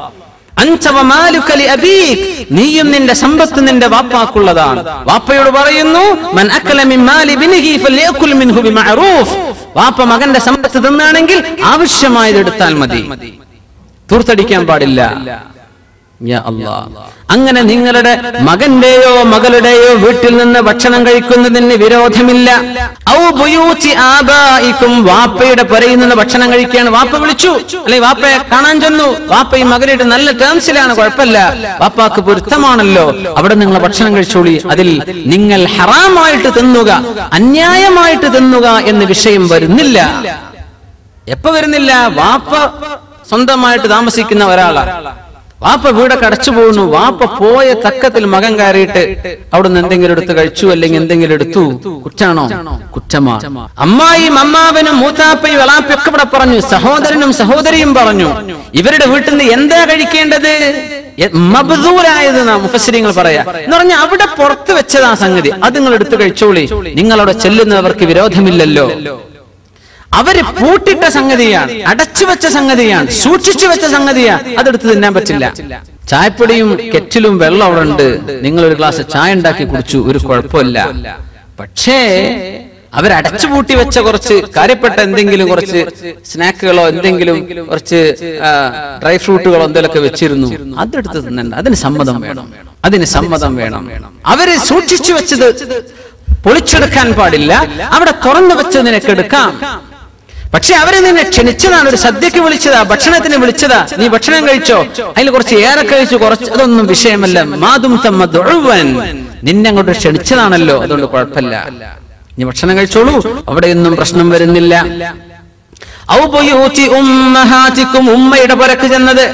ഒരുപക്ഷെ ഉമ്മയുടെയും വാപ്പയുടെയും പുരക്ക് ചെന്നാൽ ഉമ്മയുടെ വീട് വേറുണ്ടെന്ന് വിചാരിക്കാം, മുതലാളിയായൊരു ഉമ്മയാണ്, ആ ഒരു ഉമ്മാക്ക് സ്വന്തമായ വീടുണ്ട്, ഉപ്പാക്ക് വേറെ വീടുണ്ട്, മക്കൾ ഉമ്മയും ഉപ്പയും സന്ദർശിക്കാൻ പോവാണ്. അല്ലെങ്കിൽ ഉമ്മയും ഉപ്പയും ഒരുമിച്ചൊരു വീട്ടില്ല, രണ്ടാളുടെ പേരിൽ അത് രജിസ്റ്റർ ചെയ്ത വീടാണ്, രണ്ടാളുടേതുമാണ്. അവിടെ ചെല്ലുമ്പോ മക്കൾ അവിടെ നിന്ന് വല്ലതും കഴിക്കലായിരിക്കും അവർക്ക് ഏറ്റവും വലിയ ഇഷ്ടം. അവിടെ ചെന്ന് കഴിച്ചോളി, കുഴപ്പമില്ല, നിങ്ങളുടെ ഉമ്മയും നിങ്ങളുടെ വാപ്പയും അല്ലേ. അവിടെ ചെന്നിട്ട് പറയണം, ഉമ്മ ഞാൻ ഭക്ഷണം വീട്ടിൽ നിന്ന് കഴിച്ചിട്ടുണ്ട്, അത് പറയുമ്പോൾ ഉമ്മാക്ക് വിഷമം ഉണ്ടാവും. ചിലപ്പോ ഒരു ഗ്ലാസ് വെള്ളെങ്കിലും ചായെങ്കിലും തന്നേക്കണം എന്ന് പറഞ്ഞാൽ അത് ഇഷ്ടമായിരിക്കും ഉമ്മാക്ക്. പഠിച്ചോൻ എന്റെ മോൻ എന്റെ അടുത്ത് വന്നല്ലോ, അങ്ങനെ ഒരു ഇഷ്ടം ഉമ്മാക്കുണ്ട് എന്ന് നമുക്കറിയണമെങ്കിൽ നമ്മൾ ആ പോസ്റ്റിലേക്ക് എത്തണം. മകനിപ്പോ തോന്നുന്നില്ല, പക്ഷേ നമ്മൾ ചെറുപ്പക്കാർ ഒരു പ്രായത്തിലെത്തി, നമ്മുടെ മക്കൾ കല്യാണം കഴിച്ചു, അങ്ങനെ നമ്മുടെ വല്യപ്പി വല്യമ്മാന്റെയും ആ പോസ്റ്റിൽ ഇങ്ങനെ ഇരിക്കുമ്പോ ആ തോന്നുന്ന ഒരു സ്നേഹം, തിരിച്ചു കിട്ടാത്ത സ്നേഹമാണ് ഉമ്മയും വാപ്പയുടെയൊക്കെ സ്നേഹം. ഒരിക്കലും നമുക്ക് തിരിച്ചു കിട്ടൂല. ഒരു ഉമ്മ അല്ലെങ്കിൽ ഒരു വാപ്പ മകനോട് കാണിക്കുന്ന സ്നേഹം ആ മകൻ സ്വന്തം മകന് കൊടുക്കുക എന്നല്ലാതെ മകൻ തിരിച്ചു വാപ്പാക്കും ഉമ്മാക്കും കൊടുക്കൂല. ദുനിയാവിൽ അങ്ങനെയാ അള്ളാഹു വെച്ചിട്ടുള്ളത്, കിട്ടൂല. എങ്ങനെയൊക്കെയാ നമ്മളെ മക്കളെ നോക്കുന്നത്? ഈ നോട്ടം നമ്മുടെ മക്കൾ അവരെ മക്കളെ നോക്കുള്ളൂ. ഇന്നെങ്ങനെ നോക്കിയ ആളാണല്ലോ വാപ്പാന്ന് നോക്കൂല. മഹാനായ ഒരു പണ്ഡിതനുണ്ട്, ദുബൈയിൽ ജീവിച്ചിരിപ്പുള്ള നമ്മുടെ ഡോക്ടർ ഉമർ അബ്ദുൽ കാഫി അദ്ദേഹം സംബോധന പറയായിരുന്നു. വയസ്സായി കിടന്ന വാപ്പ വീട്ടിലിരുന്നിട്ട് ഇങ്ങനെ കുഞ്ഞിനോട് ചോദിച്ചു, എന്താ മോനെ അവിടെ ആ ജലന്റെ അടുത്ത് എന്താണ് അവിടെ ഉള്ളത്? അതൊരു കിളിയാണ് വാപ്പ. വാപ്പ ഒന്നും, എന്താ മോനെ? കിളിയാണ് വാപ്പ. അതൊരു പിന്നെയും ചോദിച്ചു വാപ്പാക്ക് ചെവി കുറവാണ്. മകൻ ഉറക്കെ പറഞ്ഞു, ഞാൻ പറഞ്ഞു തന്നില്ലേ എന്നപ്പോ വാപ്പ തന്റെ ഡയറി കുറിപ്പുകൾ എഴുതിയ ഒരു പെട്ടിന്ന് കുറെ കാലങ്ങൾക്ക് മുമ്പ് എഴുതി വെച്ച് 27 കൊല്ലം മുമ്പ്, 27 വയസ്സുള്ള മകനാണ്. ആ മകൻ കൊച്ചുകുട്ടിയായിരുന്ന കാലത്ത് മോൻ പറഞ്ഞ വാക്കുകളൊക്കെ ഇയാൾ എഴുതി വെച്ചിട്ടുണ്ട്. അതിൽ അന്നൊരിക്കൽ വാപ്പയോട് എന്താണ് വാപ്പ ഇതാന്ന് ചോദിച്ചപ്പോ വാപ്പ ഈ മോനോട് പറഞ്ഞിരുന്നു, മോനെ ഇത് കിളിയാണ്, കിളിയാണ്. അപ്പൊ മോനെ പറയാൻ കഴിഞ്ഞില്ല. അപ്പൊ വാപ്പ ഒന്നുകൂടെ മോനെ കൊണ്ട് പറയിപ്പിച്ചു. പറയാൻ കഴിയാത്ത കുഞ്ഞിനോട് ഇതിങ്ങനെ പറയിപ്പിച്ച് 24 തവണ ഈ വാപ്പ ഈ കുഞ്ഞിന് പറഞ്ഞു കൊടുത്തിരുന്നു. സ്നേഹത്തോടുകൂടെ പറഞ്ഞു കൊടുത്തിരുന്നു. മോനത് പറഞ്ഞു കിട്ടാൻ 3 പ്രാവശ്യം വാപ്പയോട് തിരിച്ചു പറഞ്ഞു കൊടുത്തത് ദേഷ്യത്തോടെയാണ്. യാ അല്ലാഹ്, തിരിച്ചു കിട്ടൂല, നമ്മൾ പ്രതീക്ഷിക്കും വേണ്ട. പ്രത്യേകിച്ച് ഇപ്പോഴത്തെ കാലത്തൊക്കെ അവരെ കല്ലോടെ കൂടെ ഇറങ്ങിപ്പോവെന്നല്ലാതെ നമ്മളൊക്കെ നോക്കുന്നൊന്നും വിചാരിച്ച് നിൽക്കേണ്ട മുഅ്മിനീങ്ങളെ. അള്ളാഹുലേക്ക് തവക്കുലായിക്കോളി. മക്കളുടെ നടുപ്പുറത്താണ് നമ്മുടെ തവക്കുൽ കിടക്കുന്നത്. ഇവരൊന്നും നമ്മളെ നോക്കാൻ പോകുന്നില്ല. നമ്മൾ അള്ളാഹുലേക്ക് തവക്കുലാക്കിക്കോളി. അള്ളാഹു ആരെങ്കിലും നമ്മുടെ വഴിക്കയക്കും. അള്ളാഹു സഹായിക്കുമാറാകട്ടെ. ഷാമിൽ നിന്ന് ഒരു ഉമ്മയെ തോളിൽ കയറ്റി നിർത്തിയിട്ട് കൊണ്ടുവന്നു. മക്കായിലേക്ക് ഉംറ ചെയ്യാൻ, ഹജ്ജ് ചെയ്യാൻ വേണ്ടി കൊണ്ടുവന്നു. ഉമ്മയെ തോളിലെടുത്ത് എവിടുന്ന്? ഷാമിൽ നിന്ന് എത്ര കിലോമീറ്റർ? 2000, 2500, 3000 കിലോമീറ്റർ ദൂരം വരും മക്കയിൽ നിന്ന് ഫലസ്തീനിലേക്ക്. ആ സമയം മഹാനായ അബ്ദുല്ലാഹി ഇബ്നു ഉമർ റളിയല്ലാഹു തആല അൻഹുടെ തവാഫ് ചെയ്യുന്നുണ്ട്. ഉമ്മയെ തോളിൽ വെച്ചിട്ട് തവാഫ് ചെയ്തു. നമുക്ക് ട്രോളിയിലെ തവാഫ് ഉണ്ടെന്ന് അല്ലേ? ഉമ്മമാരെ ഇരുത്തിട്ട് അങ്ങനെ ഓടുന്നുണ്ടല്ലേ ചെറിയ ചെറിയ ചെക്കന്മാർ. അവരൊക്കെ പൈസക്കാണ് ചെയ്യുന്നത് അല്ലേ? അവസാനം തവാഫ് കഴിഞ്ഞാൽ അവർക്ക് കൊടുക്കേണ്ടത് കൊടുത്തില്ലെങ്കിൽ പിന്നെ എന്താ അവിടെ ഉണ്ടാവുക എന്ന് കണ്ടറിയാൻ വേണ്ടി വരും. സ്വന്തം ഉമ്മാരല്ല, സ്വന്തം ഉമ്മമാരെ കൊണ്ടു നടക്കുന്നവരുണ്ട്. അൽഹംദുലില്ലാ, ഉമ്മമാരെ പൊക്കിയെടുത്ത് കൊണ്ടുനടക്കുന്ന കാലം. അന്ന് ഉമ്മയെ തോളിൽ വെച്ചിട്ട് തവാഫ് ചെയ്തു, സഅയ് ചെയ്തു. എന്നിട്ട് മഹാനായ അബ്ദുല്ലാഹി ഇബ്നു ഉമർ റളിയല്ലാഹു അൻഹുവിനോട് ചോദിച്ചു, അല്ലാഹുവിന്റെ റസൂലിന്റെ സ്വഹാബിയെ, ഉമർ തങ്ങളുടെ പൊന്നാര മോനെ, ഞാൻ എന്റെ ഉമ്മയെ ഷാമിന്ന് എടുത്തു കൊണ്ടുവന്നതാ. ഇവിടെ ഉമ്മാന്റെ ഹജ്ജ് കഴിഞ്ഞവരെ ഉമ്മന്റെ തോളിലാണ്. എന്റെ ഉമ്മയോട് ഞാൻ ചെയ്യേണ്ട ബാധ്യത ചെയ്തു കഴിഞ്ഞുവോ? എന്താ മറുപടി? ലാ വലാ ലിതൽഖത്തിൻ. നിന്റെ ഗർഭം ചുമന്ന നേരത്ത് ഉമ്മ അനുഭവിച്ച പ്രയാസത്തിൽ ഒരു പ്രയാസത്തിന്റെ സ്ഥാനത്ത് പോലും ഇത് എത്തിയിട്ടില്ലെന്ന് അബ്ദുല്ലാഹി ഇബ്നു ഉമർ റളിയല്ലാഹു അൻഹുമാ. അത് മാത്രമല്ല, ബഹുമാനപ്പെട്ട ഒരു കാര്യം കൂടെ പറഞ്ഞു. നിന്റെ ഉമ്മയെ നീ നോക്കി, നിന്റെ ഉമ്മ നിന്നെ നോക്കിയത് നീ എന്ന് വളർന്ന് വലുതായി നല്ല മോനായി വരണം എന്ന് ആഗ്രഹിച്ചിട്ടാണ് ഉമ്മ നിന്നെ വളർത്തിയത്. നീ നിന്റെ ഉമ്മാനെ കൊണ്ടു നടക്കണത് കുറച്ചു കഴിഞ്ഞ് വേഗം മരിച്ചു കിട്ടിയാൽ തിരക്കേടില്ല എന്നാ നിന്റെ മനസ്സിലുള്ളത്. യാ അല്ലാഹ്, നിന്റെ മനസ്സിൽ ഈ ഉമ്മ മരിക്കോളല്ലേ നോക്കേണ്ടതുള്ളൂ, അധികം കാലൊന്നും ഇല്ലല്ലോ എന്ന തോന്നലാ നീ ചെയ്യുന്നത്. നിന്റെ ഉമ്മ നിന്നെ നോക്കിയത് നീ വളരട്ടെ എന്ന് ആഗ്രഹിച്ചുകൊണ്ടാ. രണ്ട് തോന്നലും രണ്ടും വ്യത്യസ്തമല്ലേ? യാ അല്ലാഹ്, ഇതൊക്കെ അള്ളാന്റെ ദീനെ പഠിപ്പിച്ചിട്ടുള്ളൂ മുഅ്മിനീങ്ങളെ. മക്കളെ എഞ്ചിനീയറും ഡോക്ടർമാരൊക്കെ ആക്കിക്കോളി, പക്ഷെ ഇതൊക്കെ പറഞ്ഞു കൊടുക്കണം. എന്നാലേ അവർക്ക് നിങ്ങളെപ്പറ്റി ബോധം ഉണ്ടാവുള്ളൂ, കുടുംബം എന്താണെന്ന് അറിയുള്ളൂ. എന്റെ സ്വർഗത്തിലേക്ക് പോകാനുള്ള 2 വാതിലാണ് എന്റെ ഉമ്മയും വാപ്പയും എന്ന മക്കൾക്ക് അറിയണ്ടേ. നല്ല സർട്ടിഫിക്കറ്റ് കയ്യിലുണ്ട്, നല്ല ഹൈ പ്രൊഫൈൽ ജോബ് കയ്യിലുണ്ട്, നല്ല മുതലാളിയാണ് മകൻ. വാപ്പയെ നോക്കാത്ത മകനാണെങ്കിൽ എന്താണ് ഈ വാപ്പയുടെ സങ്കടം എവിടെ കൊണ്ടുപോയി വെക്കും?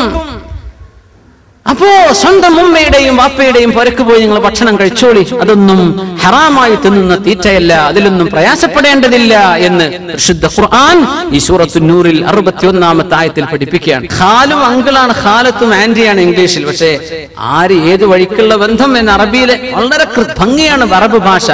അമ്മ എന്ന് പറഞ്ഞ പിന്നീട് ഏത് അങ്കിൾ എന്ന് ചോദ്യം വരൂല. അത് വാപ്പയുടെ സഹോദരനെ അമ്മ എന്ന് പറയുള്ളൂ. ഉമ്മയുടെ സഹോദരൻ അങ്കിളാണ്, അതിന്റെ ഖാലിനെ പറയുള്ളൂ. ആന്റി അത് ഉപ്പാന്റെ മകളോ ഉമ്മാന്റെ സഹോദരിയോ? ഉപ്പാന്റേതാണെങ്കിൽ അമ്മ, അമ്മത്ത് എന്ന് അറബി പറയും. ഉമ്മാന്റെ സഹോദരി ഖാലത്ത്. വളരെ വ്യക്തമാണ്, അവിടെ വേറെ ഡൗട്ട് ഇല്ല. കസിൻ ബ്രദർ, കസിൻ സിസ്റ്റർ, ഏത് കസിൻ ബ്രദർ, ആരുടെ ചോദ്യം വരും, അതൊന്നും പ്രശ്നമില്ല. അറബിയിൽ വളരെ വ്യക്തമാണ്. അപ്പോ സഹോദരന്റെ വീട്, സഹോദരിയുടെ വീട്, അമ്മാവന്റെ വീട്, അമ്മായിയുടെ വീട്, ഈ വീട് വീട് എന്നിങ്ങനെ ആവർത്തിക്കുന്നത് എന്തിനാ? അതിന്റെ അർത്ഥം സഹോദരൻ വീട് വെച്ചാതെ എന്റെ വീടാന്ന് വിചാരിച്ച് നീ പോകണ്ട, അത് സഹോദരന്റേത് തന്നെയാണ്. നിന്റെ വീട് നീ വെക്കുന്നതാണ്. അമ്മായിയുടെ വീടാന്ന് പറഞ്ഞ് നീ ചെല്ലാൻ, അത് അമ്മായിയുടേതാണ്. പിതാവിന്റെ സഹോദരന്റെയും സഹോദരിയുടെയും അവർ ഓരോരുത്തരും അവരുടെ അധികാരത്തിലാണ് കിടക്കുന്നത്. ജ്യേഷ്ഠൻ വീട് വെച്ചാൽ മതി, എന്നാ പിന്നെ എനിക്കിൽ താമസിച്ചാൽ മതിയല്ലോ. അത് ജ്യേഷ്ഠന്റെ പൊരുത്തുണ്ടെങ്കിൽ നീ ചെയ്തോ, കുഴപ്പമില്ല. ജ്യേഷ്ഠന്റെ എന്റേതാന്ന് വിചാരിച്ച് നീ പെരുമാറണ്ട എന്നർത്ഥം. മിനിങ്ങളെ, നമ്മുടെ ഇവിടെയൊക്കെ ജോലി ചെയ്ത ഒരു സഹോദരൻ ഞാൻ പറഞ്ഞു എന്നല്ലേ, 10-30 കൊല്ലം ജോലി ചെയ്ത് അധ്വാനിച്ച് വീടുണ്ടാക്കി നാട്ടിൽ ചെന്ന് നോക്കുമ്പോ വീട് അനുജന്റെ പേരില്ല. ജ്യേഷ്ഠൻ അധ്വാനിച്ച് ഇവിടുന്ന് പൈസ കൊടുത്തുണ്ടാക്കി അവനെ ഏൽപ്പിച്ചു പണിയാൻ. നാട്ടിൽ രേഖകൾ ഉണ്ടാക്കാനാ പ്രയാസം. ആൾക്കാരെ വിചാരിക്കുന്നു ആധാരം ആരുടെ പേരില്ലാതെ അവന്റെ. എങ്ങനെ അള്ളാന്റെ മുമ്പിൽ എങ്ങനെ ഇത് രക്ഷപ്പെടും? ആ മനുഷ്യൻ കണ്ണുനീര് കരഞ്ഞിട്ട് വിഷയം പറഞ്ഞു. അത്ഭുതപ്പെട്ടു, കുറച്ചവൻ ഇങ്ങനെയുണ്ടോ ജ്യേഷ്ഠനുജന്മാർ? സ്വന്തം അനുജന്റെ പേരിലാണ്. ഇയാള് ജോലി നിർത്തിപ്പോവാണ് ഇവിടെ. ദുബൈയിലുള്ള ഒരാൾ സഹോദരൻ. മാഷാ അല്ലാഹ്, അള്ളാഹു അയാൾക്കത് പകരം ഖൈറായത് കൊടുക്കുമാറാകട്ടെ. ഇങ്ങനെയൊക്കെ വിശ്വസിച്ച ഒരാളെ ഏൽപ്പിച്ച് ഇവിടുന്ന് പൈസ അയക്കുക, അവര് വേണ്ട ജോലിക്കാർക്ക് എത്ര ശമ്പളം കൊടുത്തു, എത്ര അവർ സ്വന്തം പോക്ക്, ഇതൊന്നും നമുക്കറിയില്ല. അള്ളാഹുൽ തവക്കുലായിട്ട് നമുക്ക് നോക്കി നടക്കാൻ പറ്റുമോ? ഇവിടെ ജോലി ചെയ്യുന്ന ആൾക്കാർക്ക് വിശ്വസിക്കാൻ, എന്നിട്ട് വിശ്വാസ വഞ്ചന ചെയ്യുക. എന്നിട്ട് ഈ മനുഷ്യൻ വാടക താമസിക്കുക. എവിടെയാണ് ആ സങ്കടമൊക്കെ തീരെ? സ്വന്തം പൊരങ്ങനെ കണ്ടിട്ട് പടച്ചോനെ, രേഖയിൽ അനുജൻ ഒപ്പിട്ട് അത് സ്വീകരിക്കുമ്പോ ചോദിക്കണ്ടേ, ഒന്ന് പൊരുത്തം വാങ്ങണ്ടേ? എവിടെയാണ് ഈ കുറ്റൊക്കെ നാളെ മഹ്ശറയിൽ കൊണ്ടുപോയി വെക്കുക? യാ അല്ലാഹ്, മനുഷ്യന് എത്തിക്സ് എന്ന് പറഞ്ഞ സംഗതി ഉണ്ട്. അത് ഇസ്ലാമില്ലെങ്കിൽ എത്തിക്സ് ഉണ്ടാവും ചില മനുഷ്യന്മാർ. അതുപോലെ നഷ്ടപ്പെടുമ്പോഴുള്ള ബേജാറാണ്. യാ അല്ലാഹ്, ഔ ബുയൂതി അമാമികും ഔ ബുയൂതി അമ്മാതികും ഔ ബുയൂതി അഖ്വാലികും ഔ ബുയൂതി ഖാലാതികും. നിങ്ങളുടെ അമ്മായിയുടെ ഉമ്മയുടെ സഹോദരിമാർ അവരുടെ പുരക്ക് നിങ്ങൾ പോയി ഭക്ഷണം കഴിക്കുന്നതിന് വിരോധമില്ല. എപ്പോൾ നിങ്ങൾ അവിടേക്ക് ക്ഷണിക്കപ്പെട്ടവരാണ്. ആ അവസ്ഥയിൽ നിങ്ങളെ അവിടുത്തെ ചില വിഷയങ്ങൾ അവർ ഏൽപ്പിച്ചു, നിങ്ങൾ അവിടുത്തെ വക്കീലാണ്. ആ അവസ്ഥയിൽ വിരോധമില്ല. ഔ മാ മലക്തും മഫാതിഹ, നിങ്ങൾ ഏതൊന്നിന്റെ ചാവികളാണോ നിങ്ങൾ ഉടമപ്പെടുത്തിയിരിക്കുന്നത് അവിടുന്ന് ഭക്ഷണം കഴിക്കുന്നതിനും വിരോധമില്ല. ശരിക്കും മനസ്സിലാക്കണം. ഒരാളുടെ ഒരു തോട്ടം ഏൽപ്പിച്ചു, ഒരു തെങ്ങിൻ തോട്ടം നോക്കാൻ ഏൽപ്പിച്ചു. തെങ്ങിന് വിലണ്ടോ തേങ്ങയ്ക്ക് വിലണ്ടോ അതല്ല നമ്മുടെ ചർച്ച. നല്ല വിലണ്ടെന്ന് വിചാരിക്കാം. അവിടെ ഏൽപ്പിച്ചു. ഈ മനുഷ്യനോട് അങ്ങനെ ഇളനീരിട്ട് കുടിക്കാൻ പറ്റുമോ ഇല്ലേ എന്നതാണ് ഇപ്പൊ പറയുന്നത്. ഒരു ഗ്രോസറി അല്ലെങ്കിൽ സൂപ്പർ മാർക്കറ്റിന്റെ സ്റ്റോക്ക് നോക്കുന്ന ആളാണ്. അവിടെയാണ് എല്ലാ ജ്യൂസ് പാക്കറ്റുകൾ അല്ലെ ബിഗ് ക്വാണ്ടിറ്റി സ്റ്റോക്ക് ചെയ്യുന്ന സ്ഥലം അതാണ്. ഇയാൾ അതിന്റെ സൂക്ഷിപ്പുകാരനാണ്. മലക്തും മഫാത്തിഹ, മിഫ്താഹ് നിങ്ങളെ കയ്യിൽ ഏൽപ്പിച്ചതാ മുതലാളി, നോക്കണം കേട്ടോ. ഇയാൾക്ക് ഇടക്കിടക്ക് ഇങ്ങനെ ജ്യൂസ് എടുത്ത് കുടിക്കാൻ പറ്റുമോ? ഇതാണ് വിഷയം. പറ്റുന്നതുമുണ്ട് പറ്റാത്തതുമുണ്ട്. ശരിക്കും മനസ്സിലാക്കുക. ഇവിടെ മുഫസ്സിരീങ്ങൾ പറയാണ്, നമ്മുടെ ഉലമാ പഠിപ്പിക്കാണ്, നമ്മെ ഒരു വിഷയം ഒരാൾ ഏൽപ്പിച്ചു, ചാവി തന്നു. ഒരു കടയുടെ ഒരു തോട്ടത്തിന്റെ ഉത്തരവാദിത്വം നമ്മെ ഏൽപ്പിച്ചാൽ ശമ്പളം നൽകപ്പെടുന്ന ആളാണോ ഇയാൾക്ക് സമ്മതമില്ലാതെ തൊടാൻ പറ്റൂല. മുതലാളിയുടെ സമ്മതമുണ്ട് എന്നാലേ എടുക്കാൻ പറ്റുള്ളൂ. ശമ്പളമുള്ള ആൾ, ശമ്പളം ഇല്ലാത്ത ആളാണ്. അയാൾക്ക് ജീവിക്കേണ്ട ഭക്ഷണം വേണ്ടേ? ആവശ്യമായത് അയാൾ എടുത്തോട്ടെ, അതിന്റെ സമ്മതത്തിന്റെ പ്രശ്നമില്ല. അയാൾ അത് ഏൽപ്പിക്കപ്പെട്ട ആളല്ലേ, ഇയാൾക്ക് വേറെ ശമ്പളം ഒന്നും കിട്ടാനില്ലല്ലോ. അതുകൊണ്ട് അയാളുടെ ഭക്ഷണത്തിന് ആവശ്യമായത് ആ തോട്ടത്തിൽ നിന്നോ ആ സ്റ്റോക്കിൽ നിന്നോ ഭക്ഷണം കഴിക്കുന്നതിന് വിരോധമില്ല.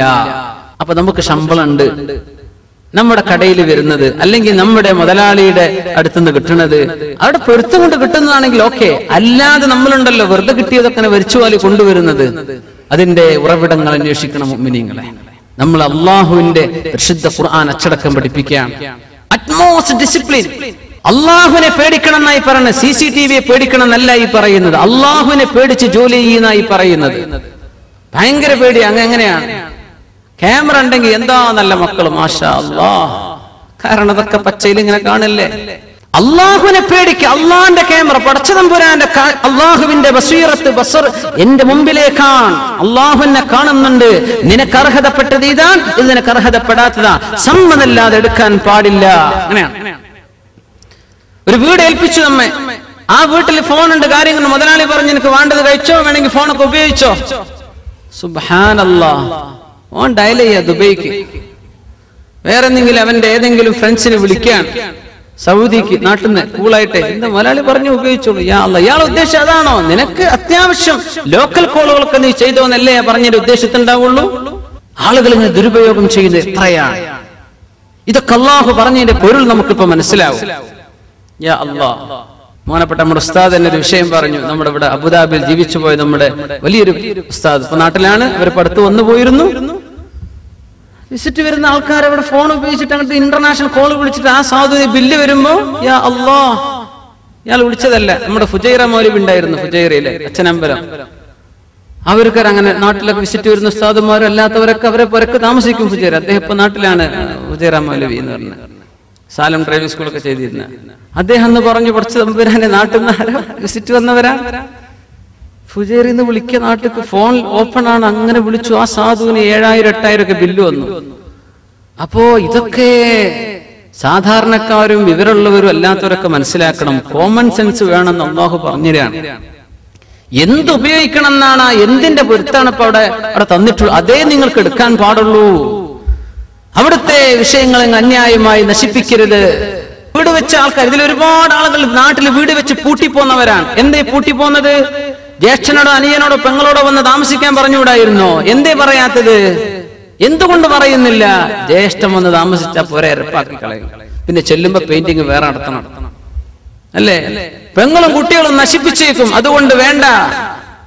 ഈ ചിന്ത മുസ്ലിം ഉമ്മത്തിൽ വരരുത്. ഇത് എന്റേതാണ്, എന്റെ ജ്യേഷ്ഠന്റേത് എന്റേതാണ്, പെങ്ങളുടേത് എന്റേതാണ് എന്ന് നിങ്ങൾ ചിന്തിക്കും. വല അല അൻഫുസികും, നിങ്ങളുടേതാണെന്ന് മനസ്സിലാക്കി നിങ്ങൾ അന്യന്റെ സാധനം ഉപയോഗിക്കുമ്പോ അത് നശിപ്പിച്ചേക്കല്ല. സ്വന്തം വാഹനം നല്ല ഉഷാറായിട്ട് ഉപയോഗിക്കും. വേറെ ആളുടെ വാഹനം എടുത്ത് കൊണ്ടുപോകുന്ന ഒരു സാധു, അവൻ കൊണ്ടുപോയി സർവ്വ ക്യാമറയും ഫ്ലാഷ് അടിച്ചിട്ട് കൊണ്ടുവന്ന് നിർത്തി കൊടുക്കുകയാണ്. ഈ സാധുവിന് എത്ര കൊടുക്കേണ്ടി വരും? അല്ലെങ്കിൽ നശിപ്പിക്കുക. മനുഷ്യന്മാർ അങ്ങനെയൊക്കെ ചെയ്യുന്നില്ലേ? ഇത് പാടില്ലെന്ന് അല്ലാഹു പഠിപ്പിക്കുന്ന ആയത്താണിത്. അന്യന്റെ സാധനം നശിപ്പിക്കരുത്, അവനവന്റേതുപോലെ ഉപയോഗിക്കുക. യാ അല്ലാഹ്, ഔ ബുയൂതി അഖ്വാലികും ഔ ബുയൂതി ഖാലാതികും ഔ മാ മലകതും മഫാതിഹ ഔ സദീഖികും, നിങ്ങളുടെ സുഹൃത്തിന്റെ പുരയിൽ പോയി ഭക്ഷണം കഴിക്കാൻ നിങ്ങൾ മാദുതും മദ്ഊവീൻ, നിങ്ങൾ അങ്ങോട്ട് ക്ഷണിച്ചതാണ്, കുഴപ്പമില്ല. നിങ്ങൾ അവിടുത്തെ വിഷയം ഏൽപ്പിക്കപ്പെട്ട ആളുകളാണ്. നിങ്ങൾ അതിന് ആവശ്യമുള്ളത് ഭക്ഷിച്ചോ. കല്യാണത്തിന് വിളിച്ചു, സദ്യക്ക് വിളിച്ചു, നിങ്ങൾ ഭക്ഷിച്ചോളൂ, ഒരു കുഴപ്പമില്ല. പക്ഷേ സുഹൃത്തിൻ്റെതാണെന്ന് പറഞ്ഞ് അയാളുടെ സമ്മതമല്ലാതെ എടുക്കാൻ പാടില്ല. ഇതാണ് അത്. സുഹൃത്തിന്റെ അല്ലേ, മൂപ്പരെ മൊബൈൽ എടുത്തിട്ട് വിളിച്ചേക്കാം. അയാൾക്ക് സമ്മതമുണ്ടോ എങ്കിൽ മാത്രമേ നീ ചെയ്യാൻ പാടുള്ളൂ. പിന്നെയുണ്ടോ ഈ പൈസ എടുക്കലും അന്യന്റെ പൊസഷനിൽ കിടക്കുന്ന സാധനം എടുത്തു കൊണ്ടുവരലും, ഇതൊക്കെ എവിടെ കിടക്കുന്നു? ഭക്ഷണം കഴിക്കും, ഒരു ടേബിളിൽ ഭക്ഷണം കഴിക്കുന്നതിന്റെ വിഷയമാണ് ഈ പറയുന്നത്. അതിന് വിരോധമല്ല. നിങ്ങൾ അവിടെ ക്ഷണിക്കപ്പെട്ടവരല്ലേ. ഇനി അടുത്ത് നോക്കൂ. ലൈസ അലൈക്കും ജുനാഹുൻ അൻ തഅകുലൂ ജമീഅൻ ഔ അശ്താതാ, നിങ്ങൾക്ക് വിരോധമില്ല. അൻ തഅകുലൂ ജമീഅൻ ഔ അശ്താതാ, നിങ്ങൾ ഒറ്റയ്ക്ക് ഭക്ഷണം കഴിച്ചാലും കൂട്ടത്തിൽ ഭക്ഷണം കഴിച്ചാലും വിരോധമില്ല. അതിപ്പോ എന്തിനാ അല്ലാഹു പറയണത്? അതൊക്കെ നമുക്ക് അറിയാലോ. നമ്മൾ ഒന്നുകിൽ ഒറ്റയ്ക്ക് കഴിക്കും, അല്ലെങ്കിൽ ഒരുമിച്ച് കഴിക്കും. ഇതെന്തേ പറഞ്ഞത്? സ്വഹാബത്തിന്റെ വിഷയത്തിലായി ഇറങ്ങുന്നത്. അവര് ജാഹിലിയ്യ കാലത്ത്, ഇസ്ലാമിന്റെ മുമ്പ് അവര് ഒറ്റയ്ക്ക് ഭക്ഷണം കഴിക്കൽ ഭയങ്കര വിഷമായിരുന്നു. 3 ദിവസത്തോളം പട്ടിണി കിടന്ന ആളുകളുണ്ട് സ്വഹാബത്തിൽ. എന്തേ? കൂടെ ഭക്ഷണം കഴിക്കാൻ ഒരാളെ കിട്ടിയിട്ടില്ല. എങ്ങനെ ഒറ്റക്ക് തിന്നാ? കഴിയുമെങ്കിൽ ഒരാളെ കൂട്ടിന് വിളിക്കുക. അപ്പൊ ഒറ്റക്ക് കൂട്ടിന് ഒരാളെ കിട്ടുന്നില്ലെങ്കിൽ പട്ടിണി കിടക്കുന്ന സമ്പ്രദായം ഉണ്ടായി. ഇസ്ലാം പറഞ്ഞു അത് വേണ്ട, നിങ്ങൾ ആരും കിട്ടിയില്ലെങ്കിൽ ഒറ്റക്ക് ഭക്ഷണം കഴിച്ചോ, ഒരുമിച്ച് കഴിച്ചോ, വിരോധമില്ല. ഒരുമിച്ച് എന്തായാലും കഴിക്കും. ഒറ്റക്ക് കഴിക്കാൻ പറ്റുമോ എന്നതായിരുന്നു വിഷയം. നമ്മൾ നേരെ നമ്മളുടേത് മാത്രം കുറച്ച് സാധനം വാങ്ങിയിട്ട് അവിടെ ഇങ്ങോട്ട് തിരിഞ്ഞിട്ട് ആരും കാണാതെ ഒറ്റക്ക് തിന്ന് മുഖം കഴിയുന്നു. പോരാ, ഒന്ന് വേണോന്ന് ചോദിച്ചിട്ട് ചിലപ്പോ വേണമെന്ന് പറയണ ചങ്ങാതിമാരായിരിക്കും ചിലപ്പോ, അതുകൊണ്ട് ചോദിക്കാതിരിക്കും. അതുകൊണ്ട് ഒന്നു മുമ്പിൽ നിങ്ങളെ വേണ്ടാന്നെങ്കിലും പറഞ്ഞേക്കണം. എന്തിന് ഈ സുന്നത്ത് നഷ്ടപ്പെടണ്ട. ഹദീസാണ് അല്ലെ? നിങ്ങൾ ഒരാളുടെ ഭക്ഷണം രണ്ടാക്കും അത് മതി എന്നാണ്. ഒരാളുടെ ഭക്ഷണമേ വാങ്ങിയിട്ടുള്ളൂ, ഒരാളും കൂടെ വന്നു, അൽഹംദുലില്ലാ നമുക്ക് രണ്ടാൾക്ക് ഷെയർ ചെയ്യാം, അങ്ങനെ കഴിച്ചോളി. രണ്ടാൾക്കുള്ള ഭക്ഷണം ഉണ്ടോ, 3 ആൾ വന്നാലും അത് ധാരാളമുണ്ട്. ഹദീസ് റസൂലുള്ളാഹി സ്വല്ലല്ലാഹു അലൈഹി വസല്ലം,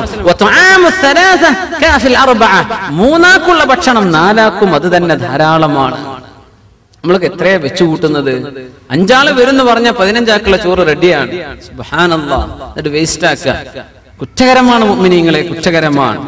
അപ്പോ ഒരാളുടെ ഭക്ഷണം 2 ആൾക്കും 2 ആളുടെ 3 ആൾക്കും മതി എന്ന് പറഞ്ഞാൽ, നമ്മൾ ഭക്ഷണം കഴിക്കുന്ന ഇടയിൽ 2 ആൾ അങ്ങോട്ട് വന്നു, നമ്മൾ 5 പേരുണ്ട്, ഒരു 2 ആൾ വന്നാൽ ആരും നോക്കാതെ തല താഴ്ത്തി തിന്നണ്ട, ഒന്ന് പറഞ്ഞേക്കണം, കൂടെ ഇരിക്കല്ലേ, ഒന്ന് കഴിച്ചേക്കണം. കാരണം അവര് തിന്നാലും ഇതിൽ ബറക്കത്ത് അല്ലാഹു തരുമെന്ന് റസൂലുള്ളാഹി സ്വല്ലല്ലാഹു അലൈഹി വസല്ലം. അതിലുണ്ട് രണ്ടാളുടേത് മൂന്നാൾക്ക് മതി, മൂന്നാളുടെ ഭക്ഷണം നാലാക്കത് ധാരാളമാണ്. പിന്നെ ഇവിടെ മുഫസ്സിരീങ്ങൾ മറ്റൊരു കാര്യം പറയുന്നു, സുബ്ഹാനല്ലാഹ്, ഒരുമിച്ച് കഴിക്കുന്നതിന് വിരോധമില്ല. ഒരുമിച്ച് കഴിക്കുന്ന വിരോധമില്ല. അതിൽ ഒരാശയം കൂടെ പഠിക്കാനുണ്ട്. എന്തേ? നാട്ടിലൊക്കെ ഒറ്റക്കൊറ്റയ്ക്ക് ഇപ്പോ ചില കമ്പനികളൊക്കെ അങ്ങനെ ചെയ്യാറുണ്ട് അല്ലെ. ചില ഒരു എൻഡ് ഓഫ് ഇയർ സെലിബ്രേഷൻ ഒക്കെ വെക്കും. നമ്മള് മീറ്റിംഗ് ആണ്, അതുകൊണ്ട് ഒരാൾക്ക് ബഫേ ലഞ്ച് ഇത്രയാണ് കൊടുത്തേക്കണം, ആവശ്യമുള്ളവർ രജിസ്റ്റർ ചെയ്യാന്ന് പറയും. 100 ആള് പോയാൽ 100 ആൾ അവനവന്റെ തിന്നത് അവനവൻ കൊടുക്കാൻ, അങ്ങനെ പിരിഞ്ഞു പോരുന്ന പാർട്ടികൾ ഉണ്ടാവും. അതല്ല, നമ്മൾ എല്ലാവരും ഭക്ഷണം കഴിക്കുക, എന്നിട്ട് നമുക്ക് ഈ ഈക്വലായിട്ട് വിഷയം ഡിവൈഡ് ചെയ്യാം. 100 റുപ്യ ബില്ല് വന്ന് നമ്മൾ 10 ആളുണ്ട്, ഓരോരുത്തരും 10 ദിർഹം വെച്ച് എടുക്കുക, 100 ബില്ല് ചെയ്തിട്ട് നമുക്ക് പോരാം. അങ്ങനെ കഴിക്കുന്ന ഒരു കഴിക്കൽ ഇതൊക്കെ സാധാരണ നടക്കുന്ന സംഗതിയല്ലേ. ലൈസ അലൈക്കും ജുനാ. ഇവിടെ ചില പ്രശ്നം വരും. ഇവർ എല്ലാവരും കഴിച്ചു, ഒരു പൊറാട്ട ദോശയൊക്കെ വായിച്ചു. പൊറാട്ടന്റെ ഗുണം ദോഷം എന്നല്ല ഞാൻ ഇവിടെ പറയുന്നത്, കഴിച്ചു സംഗതി പറയാം. ഒരുത്ത 2 എണ്ണം കഴിച്ചു, ഒരുത്ത 3 എണ്ണം കഴിച്ചു, ഒരുത്തം 12 എണ്ണം കഴിച്ചു. ബില്ലിട്ടപ്പോ എല്ലാവർക്കും ഒരേ ബില്ല്. പടച്ച തമ്പുരാന്, ഞാൻ ആകെ 1.5 തിന്നിട്ടുള്ളൂ, 12 എണ്ണം തിന്ന മനുഷ്യനും 10 റുപ്യ കൊടുക്കുന്നത്, ഞാനും 10. ഇത് വേണോ? അതിൽ കുഴപ്പമില്ല, സാരല്ല, നിങ്ങൾ ഒരുമിച്ച് തീരുമാനിച്ചതല്ലേ ഒരുമിച്ച് കഴിക്കാന്ന്. അതുകൊണ്ട് അങ്ങ് തസാമുഹ ചെയ്ത്, അത് വിട്ടുവീഴ്ച ചെയ്ത് കൊടുത്തേക്കണം, അത് സാരല്ല. പക്ഷെ പാടില്ലാത്തൊരു സംഗതി ഇവിടെ ഉണ്ട്. ഇവൻ എല്ലാം തിന്നു, മറ്റാള് പട്ടിണി കിടക്കുകയാണ്. അത് ചെയ്യാൻ പാടില്ല, അത് കുറ്റകരമാണ്. എല്ലാം ഒരുത്തങ്ങ് തിന്നുപോയി. അവർ സംഭവം പറയുന്നതിന് മുഫസ്സിരീൻ, ഒരാളുടെ വീട്ടിൽ കുറച്ച് മധുര പലഹാരങ്ങളൊക്കെ വെച്ചിട്ട് അയാൾ വീട്ടിൽ പറഞ്ഞു, അപ്പൊ വരട്ടോ അങ്ങ് ഭക്ഷണം കഴിക്കുന്നു പറഞ്ഞു പോയി. ഇവർ 2 ആളായി ഇരിക്കണത്. ഇയാൾ 1 or 2 എണ്ണം എടുത്ത് കഴിച്ച് നിർത്തി, മറ്റവൻ അങ്ങോട്ട് തിന്നൊരു തീറ്റ. പാത്രം മുക്കാലും കാലിയായി. കടന്നു വരുന്ന ആൾക്ക് തോന്നൂലേ, പടച്ചം വരാനെ ആളുകളൊക്കെ വന്നിറങ്ങി പോകുന്ന വീടുകളാണെങ്കിൽ ഒക്കെ തീർത്താ പറ്റോ അല്ലെ? പുരക്കാരൊക്കെ വല്ല ബിസ്ക്കറ്റോ ചായ ചിപ്സൊക്കെ തരുമ്പോ മുഴുവൻ പടച്ചോനെ തന്ന സ്ഥിതിക്ക് മോശമാക്കാൻ പറ്റൂലല്ലോ എന്ന് വിചാരിച്ച് മുഴുവൻ തിന്നാ, അത് പറ്റില്ല. അപ്പോ പുരക്കാരൻ വന്നപ്പോ ഇയാള് പറഞ്ഞു, അല്ലാ, ഈ മനുഷ്യൻ നിങ്ങളോട് ഭയങ്കര ഇഷ്ടമാണ് കേട്ടോ, ഒന്ന് പറഞ്ഞു കൊടുത്തു.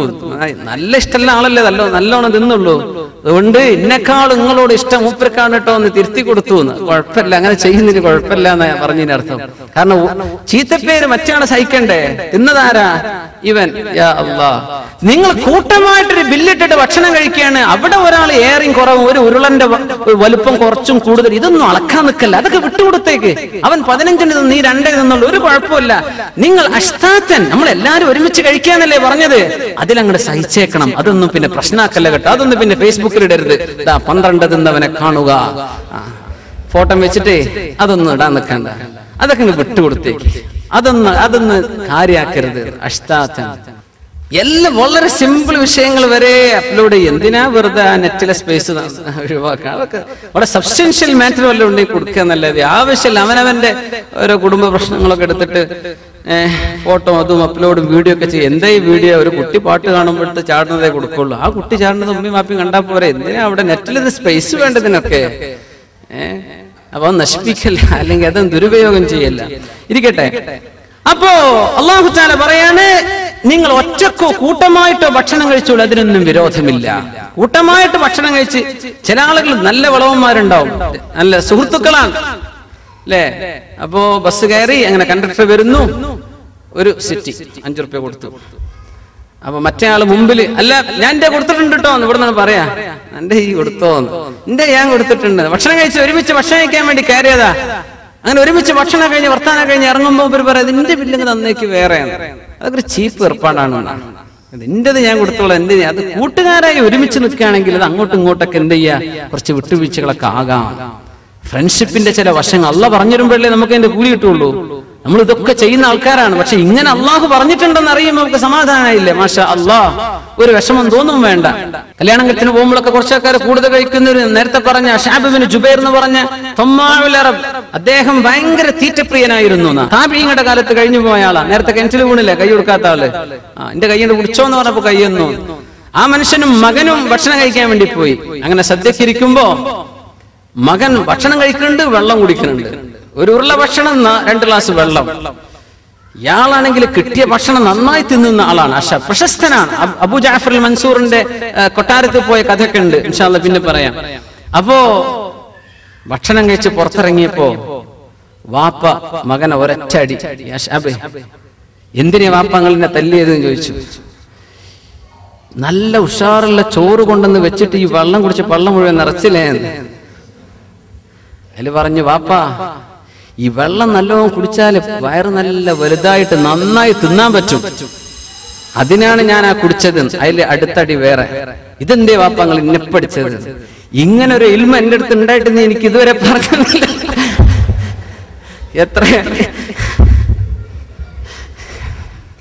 എത്ര കല്യാണം മിസ്സായിപ്പോയി. കല്യാണത്തിന് വിളിച്ചാൽ ആൾക്കാർ നല്ലോണം തിന്നുന്ന ആൾക്കാരുണ്ടാവും, കുറച്ച് തിന്നുന്ന ആൾക്കാരുണ്ടാവും. അതൊക്കെ കല്യാണം നടത്തുന്ന ആൾക്കാർ സഹിച്ചേ പറ്റൂ. അതായി പറഞ്ഞതിന്റെ അർത്ഥം അവിടെ ഒന്ന് പ്രശ്നം ഉണ്ടാക്കരുത്. യാ അല്ലാ, 500 ആൾക്ക് ചോറ് വെച്ചിട്ട് ചോറ് തേഞ്ഞില്ലാന്നോ ഇതൊന്നും പറഞ്ഞ് അവിടെ പബ്ലിസിറ്റി ചെയ്യല്ല. വന്ന ആള് ചിലപ്പോ 10 ആള്, ചിലപ്പോ 100 ആള്, ചിലപ്പോ ചെറുപ്പക്കാർ ചെക്കന്മാരൊക്കെ കോളേജ് കുട്ടികളൊക്കെ എന്ത് ചെയ്യും, നേരെ വരും. അവർക്ക് വിളിക്കേണ്ട ആവശ്യമൊന്നുമില്ല. നാട്ടിൽ അങ്ങനെയാണ്. ബൈക്കേറ്റ് വരും, അന്തസ്സിൽ വന്ന് വയറ് നിറച്ച് തിന്നു പോകും.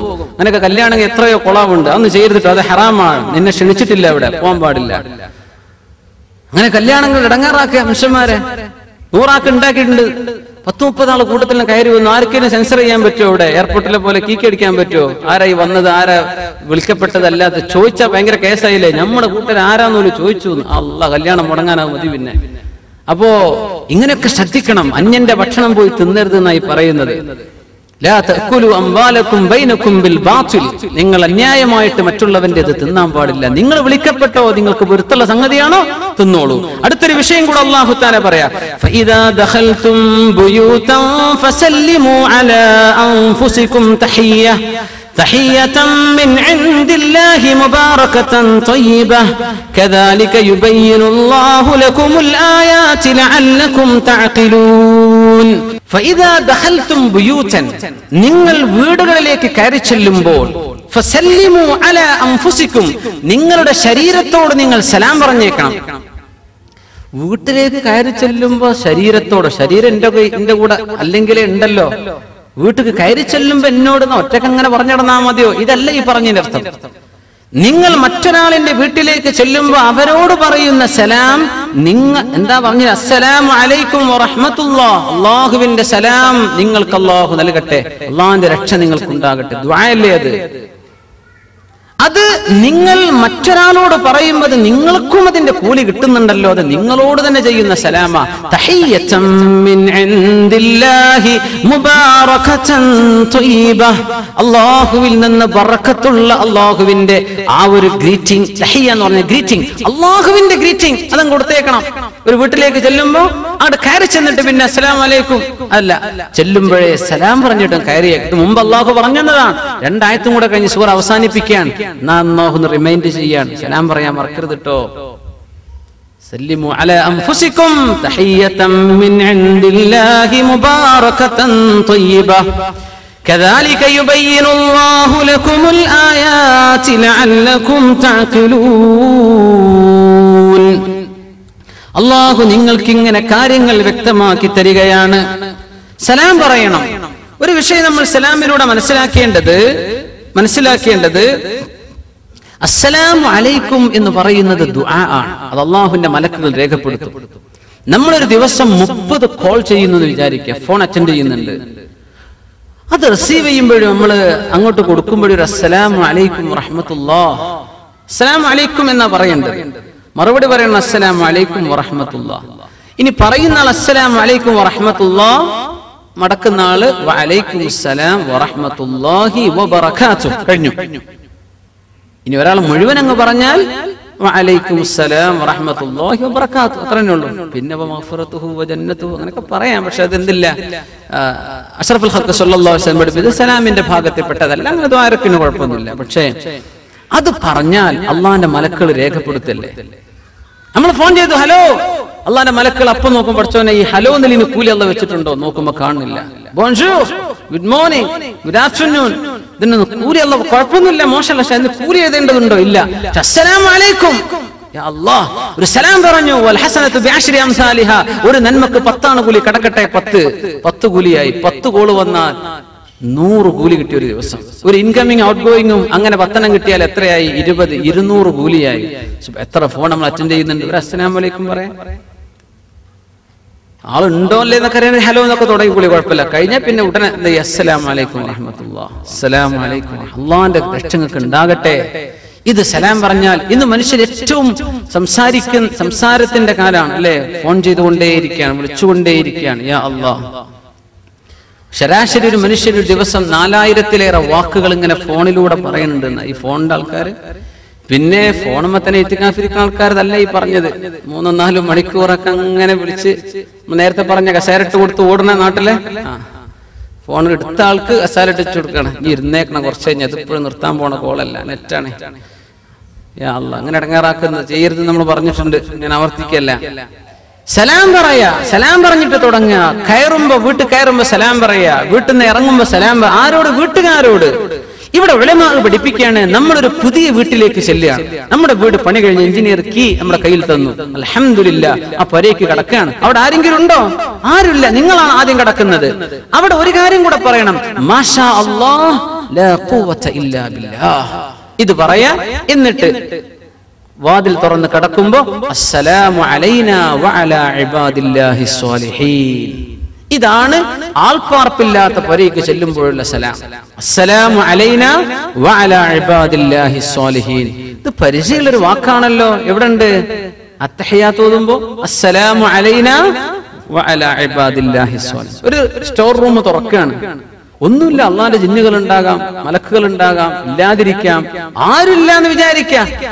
അസ്സലാമു അലൈനാ, നമ്മുടെ മേൽ അള്ളാന്റെ രക്ഷ ഉണ്ടാകട്ടെ, വഅലാ ഇബാദില്ലാഹിസ് സ്വാലിഹീൻ, അള്ളാന്റെ സ്വാലിഹീങ്ങളായ മറ്റടിമകൾ, മനുഷ്യരാവാം, ജിന്നുകളാകാം, മലക്കുകളാകാം, ആരുമാകാം. അവിടെ വീട്ടുകാരെങ്കിലും ഉണ്ടെങ്കിൽ അവരോട് അസ്സലാമു അലൈക്കും വറഹ്മത്തുള്ളാഹ് സലാം പറഞ്ഞിട്ടേ കിടക്കാവൂ. അത് ബറക്കത്താണ്, ബറക്കത്താണ്. റസൂലുള്ളാഹി സ്വല്ലല്ലാഹു അലൈഹി വസല്ലം പറയുന്ന ഹദീസ് നോക്കൂ. ഇദാ ദഖല അർ-റജുലു ബൈതഹ, ഒരാൾ വീട്ടിലേക്ക് കടക്കുമ്പോൾ ഫദകറല്ലാഹ ഇൻദ ദുഖൂലി, വീട്ടിൽ കടക്കുമ്പോൾ അല്ലാഹുവിനെ ഓർത്താൽ, വഇൻദ തആമിഹി, ഭക്ഷണം കഴിക്കുമ്പോൾ അല്ലാഹുവിനെ ഓർത്താൽ, ഖാല ശൈത്താൻ, പിശാച് വിളിച്ചു പറയും, ലാ മബീത ലക്കും വലാ അശാ, നിങ്ങൾക്ക് ഈ വീട്ടിൽ ഭക്ഷണമില്ല, നിങ്ങൾക്ക് ഇവിടെ താമസവും ഇല്ല എന്ന് പിശാച് തന്റെ അനുയായികളോട് പറഞ്ഞു കൊടുക്കും. എന്തേ? വരക്കാരൻ കടന്നു തന്നെ സലാം പറഞ്ഞിട്ടാണ്. പിന്നെ അവര് ഭക്ഷണം കഴിക്കുമ്പോൾ ബിസ്മിൻ ചൊല്ലി. അപ്പോ ബിസ്മി ചൊല്ലി ഭക്ഷണം കഴിച്ചാൽ പിശാചത് തിന്നൂല, പിശാചിന് തിന്നാൻ പറ്റൂല. നിങ്ങൾ സലാം ചൊല്ലാതെ പുരക്ക് കിടന്നാൽ നിങ്ങളുടെ കൂടെ ആര് കിടക്കുന്നുണ്ട്? പിശാച് കൂടെ കിടക്കുന്നുണ്ട്. അപ്പോഴാണ് പിന്നെ വീട്ടിൽ നിന്നും കച്ചറയാണ്, പ്രശ്നം. എന്തേ സലാം പറയാതെ വീട്ടിൽ കിടക്കണത്? പിന്നെ കാണുന്ന മുഴുവൻ ദേഷ്യാണ്, പിന്നെ ഏറാണ്, പിടുത്തമാണ്, പിന്നെ കണ്ടതിനും തൊട്ടതിനൊക്കെ പരാതിയാണ്. എന്തേ വിഷയം? കയറുമ്പോ സലാം പറഞ്ഞോ? എത്ര ദുആകളുണ്ടെന്നാണ് റസൂലുള്ളാഹി സ്വല്ലല്ലാഹു അലൈഹി വസല്ലം തങ്ങൾ പറയുമായിരുന്നു, ഒരാൾ വീട്ടിലേക്ക് കയറുമ്പോൾ പറയണം, അല്ലാഹുമ്മ ഇന്നി അസ്അലുക ഖൈറൽ മൗലജി വഖൈറൽ മഖ്റജി, അല്ലാഹുമ്മ ഇന്നി അസ്അലുക ഖൈറൽ മൗലജി വഖൈറൽ മഖ്റജ്, ബിസ്മില്ലാഹി വലജ്നാ വബിസ്മില്ലാഹി ഖറജ്നാ വഅലാ റബ്ബിനാ തവക്കൽനാ. ഒക്കെ ചൊല്ലാനുള്ളതാണ്. അല്ലാഹുവേ, നല്ല ഒരു പ്രവേശനം ഞാൻ നിന്നോട് ചോദിക്കാൻ. ഭാര്യന്റെ അടുത്ത് അടി കിട്ടരുത്, അതല്ല. അവിടെ പ്രശ്നം ഉണ്ടാവരുത്. വീട്ടിൽ ബറക്കത്ത് വേണം. അത് ആശ്വാസത്തിന്റെ വീടല്ലേ. ബൈത്ത് എന്ന് പറഞ്ഞ ആശ്വാസം കിട്ടേണ്ട സ്ഥല. ചെറുപ്പക്കാർക്ക് വീട്ടിൽ ഇത് കിട്ടാത്തപ്പോഴാ റോട്ടിലേക്ക് ഇറങ്ങുക.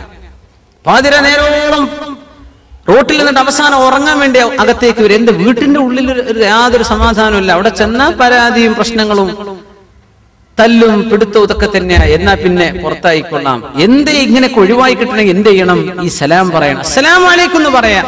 വീട്ടിൽ കയറിയ ഈ ദുആ ചൊല്ലാൻ സമയം കിട്ടൂല. വാതിൽക്കൽ തന്നെ ദുആ ഇറക്കുക. അല്ലാഹുമ്മ ഇന്നി അസ്അലുക ഖൈറൽ മൗലജി വഖൈറൽ മഖ്റജ്, ബിസ്മില്ലാഹി വലജ്നാ വബിസ്മില്ലാഹി ഖറജ്നാ വഅലാ റബ്ബിനാ തവക്കൽനാ.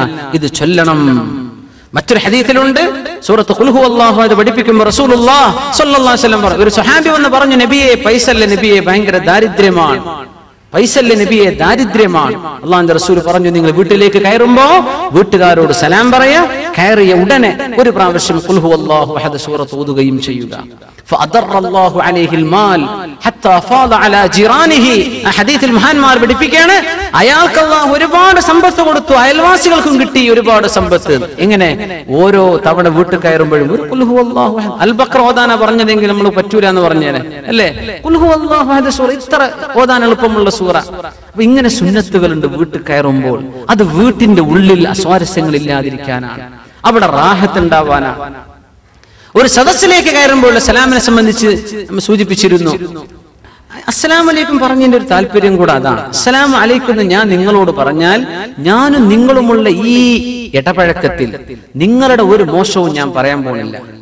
എന്റെ വശത്ത് നിന്ന് ഒന്നും നിങ്ങൾക്ക് ബുദ്ധിമുട്ടുണ്ടാവില്ല. ഈ ഗ്യാരണ്ടിയാണ് ഞാൻ നിങ്ങളോട് പറയുന്ന അസ്സലാമു അലൈക്കും. നിങ്ങൾ എന്നിൽ നിന്ന് സുരക്ഷിതരാണ്. ഇനി പ്രസംഗം അവസാനിപ്പിക്കുമ്പോഴും ഞാൻ പറയുന്നു അസ്സലാമു അലൈക്കും വറഹ്മത്തുള്ളാഹി. കഴിഞ്ഞു. നമ്മൾ ആരും അങ്ങോട്ടും ഇങ്ങോട്ടും ഗീബത്തും നമീമത്തും പറയണ്ട. നിങ്ങൾ എന്നിൽ നിന്ന് സുരക്ഷിതരാൻ, നിങ്ങളെന്ന് ഞാനും സുരക്ഷിതനാണ്. നമ്മൾ ആരും ആരെയും വേദനിപ്പിക്കൂല. ഇത് ഗ്യാരണ്ടിയാണ്. ഇത് പറഞ്ഞിട്ട് ഒരു സദസ്സിലേക്ക് വരുന്ന അസ്സലാമു അലൈക്കും ഈ പറഞ്ഞതിനർത്ഥം എന്താ? ഞാൻ വരുന്നുണ്ട് കേട്ടോ, എന്നെ കൊണ്ടൊരു ഉപദ്രവം നിങ്ങൾക്ക് ഉണ്ടാവില്ല കേട്ടോ, അത് ഉറപ്പിച്ചോളൂ. ഇങ്ങനെ വരുന്ന ആൾക്കാർ വിത്തനുണ്ടാക്കി പോയാൽ എന്ത് ചെയ്യും? അതാണ് ഇസ്ലാമിന്റെ സലാം. എന്തൊരു മഹത്തരമാണ്. ഒരു സദസ്സിൽ മുസ്ലിമീങ്ങളും അമുസ്ലിമീങ്ങളും ഉണ്ടെന്ന് വിചാരിക്കുക. അവിടെ സലാം പറയണം അസ്സലാമു അലൈനാ വഅലാ ഇബാദില്ലാഹി സ്വാലിഹീൻ, അല്ലെങ്കിൽ അസ്സലാമു അലാ മൻ ഇത്തബഅൽ ഹുദാ, സന്മാർഗം സ്വീകരിച്ചവർക്ക് രക്ഷ ഉണ്ടാകട്ടെ. മഹാനായ മർഹൂം സയ്യിദ് മുഹമ്മദ് അലി ശിഹാബ് തങ്ങൾ അവറുകൾ അവിടെ കോട്ടക്കൽ ആര്യവേദശാലയുടെ പ്രോഗ്രാമിന് വന്ന സമയത്തുള്ള ഒരു അനുഭവം പറഞ്ഞത്, അവിടെ ഒരുപാട് അമുസ്ലിമീങ്ങൾ വൈദ്യരും കുറെ വാര്യന്മാരും ഒരുപാട് മറ്റു അമുസ്ലിമീങ്ങളൊക്കെ ഉള്ള സദസ്സാണ്.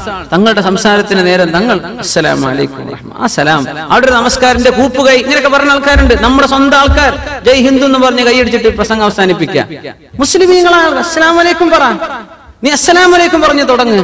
നിന്റെ മുമ്പിൽ മുസ്ലിം ഒരാളുണ്ടോ ആ സലാം അയാൾക്ക് കിട്ടൂലേ? നിന്റെ നമസ്കാരം കൂപ്പുകൈ നിന്റെ ഈ മുഷ്ടിയൊക്കെ ആർക്ക് വേണം? അത് ആർക്ക് ഉപകാരപ്പെടും?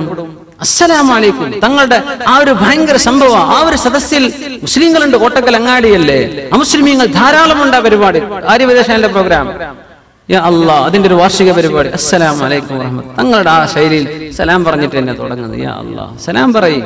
അല്ലാഹുവിന്റെ രക്ഷയ്ക്കുള്ള പ്രാർത്ഥനയാണ്. അത് മുഅ്മിനീങ്ങൾക്ക് ലഭിക്കണം. ഫസല്ലിമു അലാ അൻഫുസികും തഹിയ്യതൻ മിൻ ഇൻദില്ലാഹ് മുബാറകതൻ ത്വയ്യിബ. സലാം എന്ന് പറഞ്ഞത് മുബാറക്കാണ്, ബറക്കത്തുള്ളതാണ്. ത്വയ്യിബ ഏറ്റവും പരിശുദ്ധമാണ്. അതിലും നല്ലൊരു ഗ്രീറ്റിംഗ് നമുക്ക് ഒരാൾക്കും കൊടുക്കാൻ പറ്റൂല. ഗുഡ് മോർണിംഗ് എന്നൊക്കെ പറഞ്ഞോളി, ശുഭ പ്രഭാതം ഉണ്ടാകട്ടെ എന്നൊരു ആശംസ തന്നെയാണത് അല്ലെ. ഗുഡ് ഈവനിങ് എന്ന് പറഞ്ഞാൽ അതിനെ ഒരു നല്ല ഒരു ആഫ്റ്റർനൂൺ ഉണ്ടാകട്ടെ എന്നൊക്കെ, അല്ലെങ്കിൽ വൈകുന്നേരം രാത്രി എന്നൊക്കെ ആകട്ടെ. പക്ഷേ മുസ്ലിമീങ്ങൾ പറയേണ്ടത് എന്താ?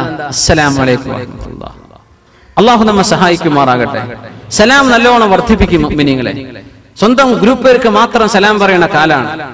സ്വന്തം ഗ്രൂപ്പുകാർക്കും അല്ലാത്തോടും ഉണ്ടാകുന്ന ഇസ്ലാം ആരെ ഇസ്ലാം എന്ന് ഓർത്ത് അഹ്ലുസുന്ന വൽ ജമാഅത്തിന്റെ അഖീദയിലുള്ള മുസ്ലിമീങ്ങളോട് മറ്റൊരു ഗ്രൂപ്പുകാരൻ പറയും സലാം പറയാൻ പാടില്ല. മൂപ്പരെ പിന്നെ നിസ്കാരം ശരി, എന്തേ പ്രശ്നം? മൂപ്പരെ നമ്മളാൾ അംഗീകരിക്കലില്ല. യാ അല്ലാഹ്, അള്ളാന്റെ ദീനല്ലേ നമ്മളിപ്പോ അഫ്ഷു സലാം, സലാം പറഞ്ഞേക്കണം.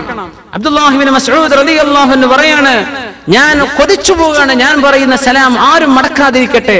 അപ്പൊ ആൾക്കാർ, പടച്ചോനെ നിങ്ങളെ സലാം മടക്കാതിരിക്കേ? അതെ, നിങ്ങൾ മടക്കാതിരുന്നാൽ അള്ളാഹു എനിക്കതിന് മറുപടി പറഞ്ഞുതരും. അള്ളാഹുവിന്റെ സലാം എനിക്കുണ്ടാവും. ഇത് നിങ്ങൾ പറയുമ്പോൾ നിങ്ങളുടേതല്ലേ കിട്ടുന്നുള്ളൂ, എനിക്ക് അള്ളാന്റെ മറുപടി കിട്ടും. ഞാൻ കൊതിച്ചു പോകാറുണ്ടെന്ന് അബ്ദുല്ലാഹി ഇബ്നു മസ്ഊദ് റളിയല്ലാഹു അൻഹു. അഫ്ഷു സലാം, തന്റെ പരിചയക്കാരോട് മാത്രം സലാം പറയുന്ന കാലം അന്ത്യനാളിന്റെ അടയാളമാണെന്ന് നബിയുനാ റസൂലുള്ളാഹി സ്വല്ലല്ലാഹു അലൈഹി വസല്ലം. ഖിയാമത്ത് നാളാണ് ഈ വരുത്തി വെക്കുന്നത്. സ്വന്തം അനുയായികൾ, മെമ്പർഷിപ്പുള്ള ആളോട് മാത്രം സലാം പറഞ്ഞാൽ മതി. എന്ത് ദീന ഇത്? എന്ത് ദീനാണ്? ദീനാണോ ഈ പറയുന്നത്? അള്ളാന്റെ ദീനാണോ ഈ പറയുന്നത്? അഫ്ഷു സലാം, മുഅ്മിനീങ്ങളോട് സലാം പറഞ്ഞേക്കണം. ജനങ്ങൾക്ക് ഭക്ഷണം കൊടുക്കിൻ. വസല്ലൂ ബില്ലൈലി വന്നാസു നിയാം, ജനങ്ങൾ ഉറങ്ങുന്ന നേരത്ത് എഴുന്നേറ്റ് തഹജ്ജുദ് നിസ്കരിച്ചേക്കണം. തദ്ഖുലുൽ ജന്നത ബിസലാം, അന്തസ്സിൽ സ്വർഗ്ഗത്തിൽ പോകാമെന്ന് റസൂലുള്ളാഹി സ്വല്ലല്ലാഹു അലൈഹി വസല്ലം. മുഅ്മിനീങ്ങളെ സലാം പറയണം. വീട്ടിൽ കയറുമ്പോ സലാം. ഇനി നമ്മൾ ഖുർആൻ ക്ലാസ് കഴിഞ്ഞ് പോവാണ്, വീട്ടിൽ ആരുമില്ല, റൂമിൽ ആരുമില്ല, നമ്മൾ എന്ത് സലാമ പറയപ്പോ? അസ്സലാമു അലൈനാ വഅലാ ഇബാദില്ലാഹി സ്വാലിഹീൻ. അല്ലെങ്കിൽ ഒരു മുസ്ലിമായ മനുഷ്യനുണ്ട്, അസ്സലാമു അലൈക്കും വറഹ്മത്തുള്ളാഹി, സലാം പറയണം. പള്ളിയിലേക്ക് വരുമ്പോ പള്ളിയിൽ ഒരു ഖുർആൻ ക്ലാസോ ഇൽമിന്റെ സദസ്സോ നടക്കുന്നുണ്ടെങ്കിൽ അവിടെ സലാം പറയൽ മഹ്ദൂറാണ്. മഹ്ദൂർ എന്ന് പറഞ്ഞാൽ ഹറാം, പറയാൻ പാടില്ല. ഒരു ഖുർആൻ ക്ലാസ് നടക്കുക, അസ്സലാമു അലൈക്കും, പള്ളിയിൽ പറ്റൂല കേട്ടോ. നിങ്ങൾ സദസ്സിൽ പോകണേ പറഞ്ഞോളി, കേൾക്കുന്ന ഒരു മറുപടി പറയും വേണം. പക്ഷേ ഒരു പള്ളിയിൽ ഇൽമിന്റെ മജ്ലിസ് നടക്കുമ്പോൾ അവിടെ സലാം പറയരുത്. പള്ളിയിൽ നിസ്കാരത്തിന് ഇഖാമത്ത് കൊടുത്താൽ അവിടെ സലാം പറയരുത്. പള്ളിയിൽ ഒരാൾ ഖുർആൻ ഓതിക്കൊണ്ടിരിക്കുകയാണ് ഉറക്കെ, ആ ഖുർആന് തടസ്സമാകുന്ന രീതിയിൽ സലാം പറയാൻ പാടില്ല.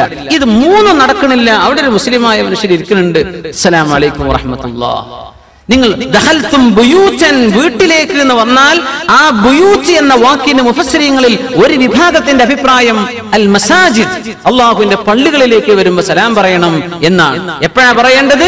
അവിടെ ഒരു ഇൽമിന്റെ സദസ്സ് നടക്കുന്നില്ല, നിസ്കാരത്തിന് ഇഖാമത്ത് കൊടുത്തിട്ടില്ല, നിസ്കാരം നടക്കുന്നില്ല, പിന്നെ അവിടെ ഒരു ഖുർആൻ ഓത്ത് നടക്കുന്നില്ല എങ്കിൽ നിങ്ങൾ അവിടെ സലാം പറഞ്ഞേക്കണം. നിസ്കാരമൊക്കെ കഴിഞ്ഞിട്ട് അസ്സലാമു അലൈക്കും വറഹ്മത്തുള്ളാഹി എന്ന് എല്ലാവരും പറഞ്ഞ് ഇങ്ങനെ സ്വസ്ഥമായിട്ട് ഇരിക്കുമ്പോ ചിലർ കാണാം അസ്സലാമു അലൈക്കും, അങ്ങനെ സലാം പറയണ്ട. അത് ദിക്ർ ചൊല്ലുന്ന നേരമാണ് നിസ്കാരം കഴിഞ്ഞിട്ട്. സലാം പറയൽ എപ്പോഴാ? നിങ്ങൾ കടന്നു വരുമ്പോഴാണ്. നിങ്ങൾ വരുമ്പോ സലാം പറയും. ഞാൻ വരുന്നുണ്ട് കേട്ടോ, എന്നെ കൊണ്ട് ഒരു ഉപദ്രവം നിങ്ങൾക്ക് ഉണ്ടാവില്ല കേട്ടോ, അതാണ് പറയുന്നത്.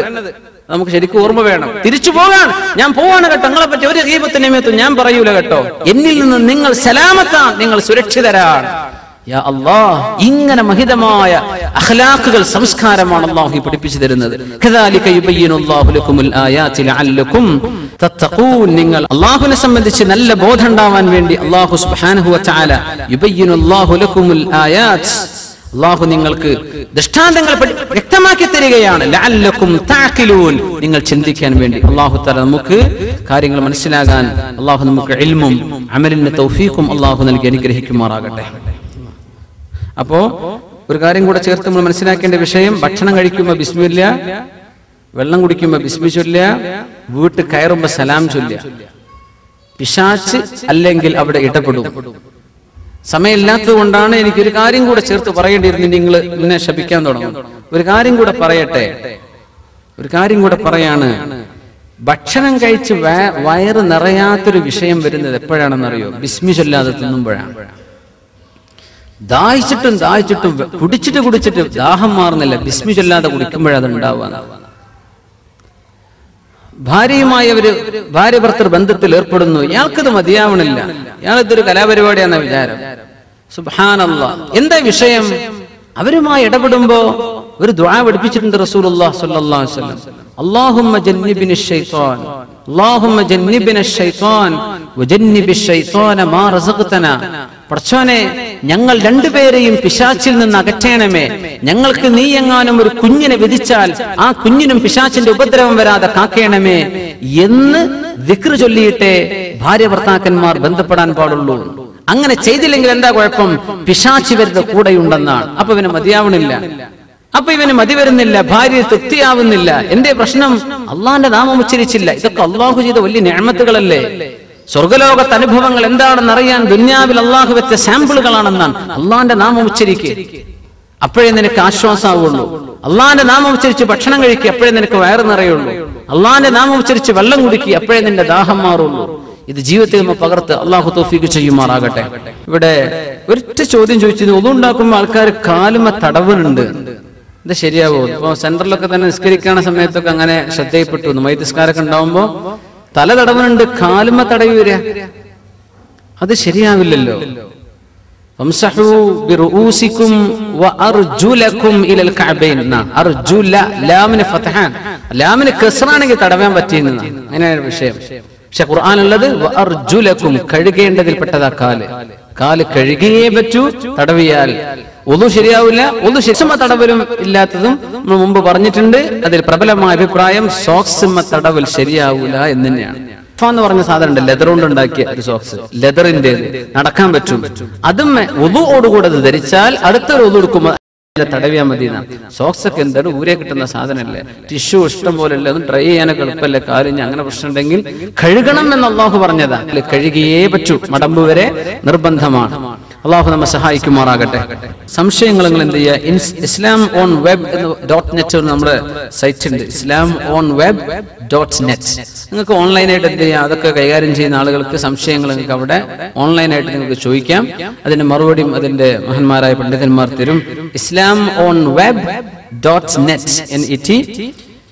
പിന്നെ അല്ലെങ്കിൽ editor@gulfsatyadhara.com നമ്മുടെ പത്രമാണ് ഗൾഫ് സത്യധാര. അതിന്റെ എഡിറ്റർക്ക് നമ്മുടെ ഇമെയിൽ ID ഉണ്ട്, editor@gulfsatyadhara.com. അങ്ങനെയൊക്കെ നമുക്ക് ഓൺലൈൻ ചോദ്യങ്ങൾ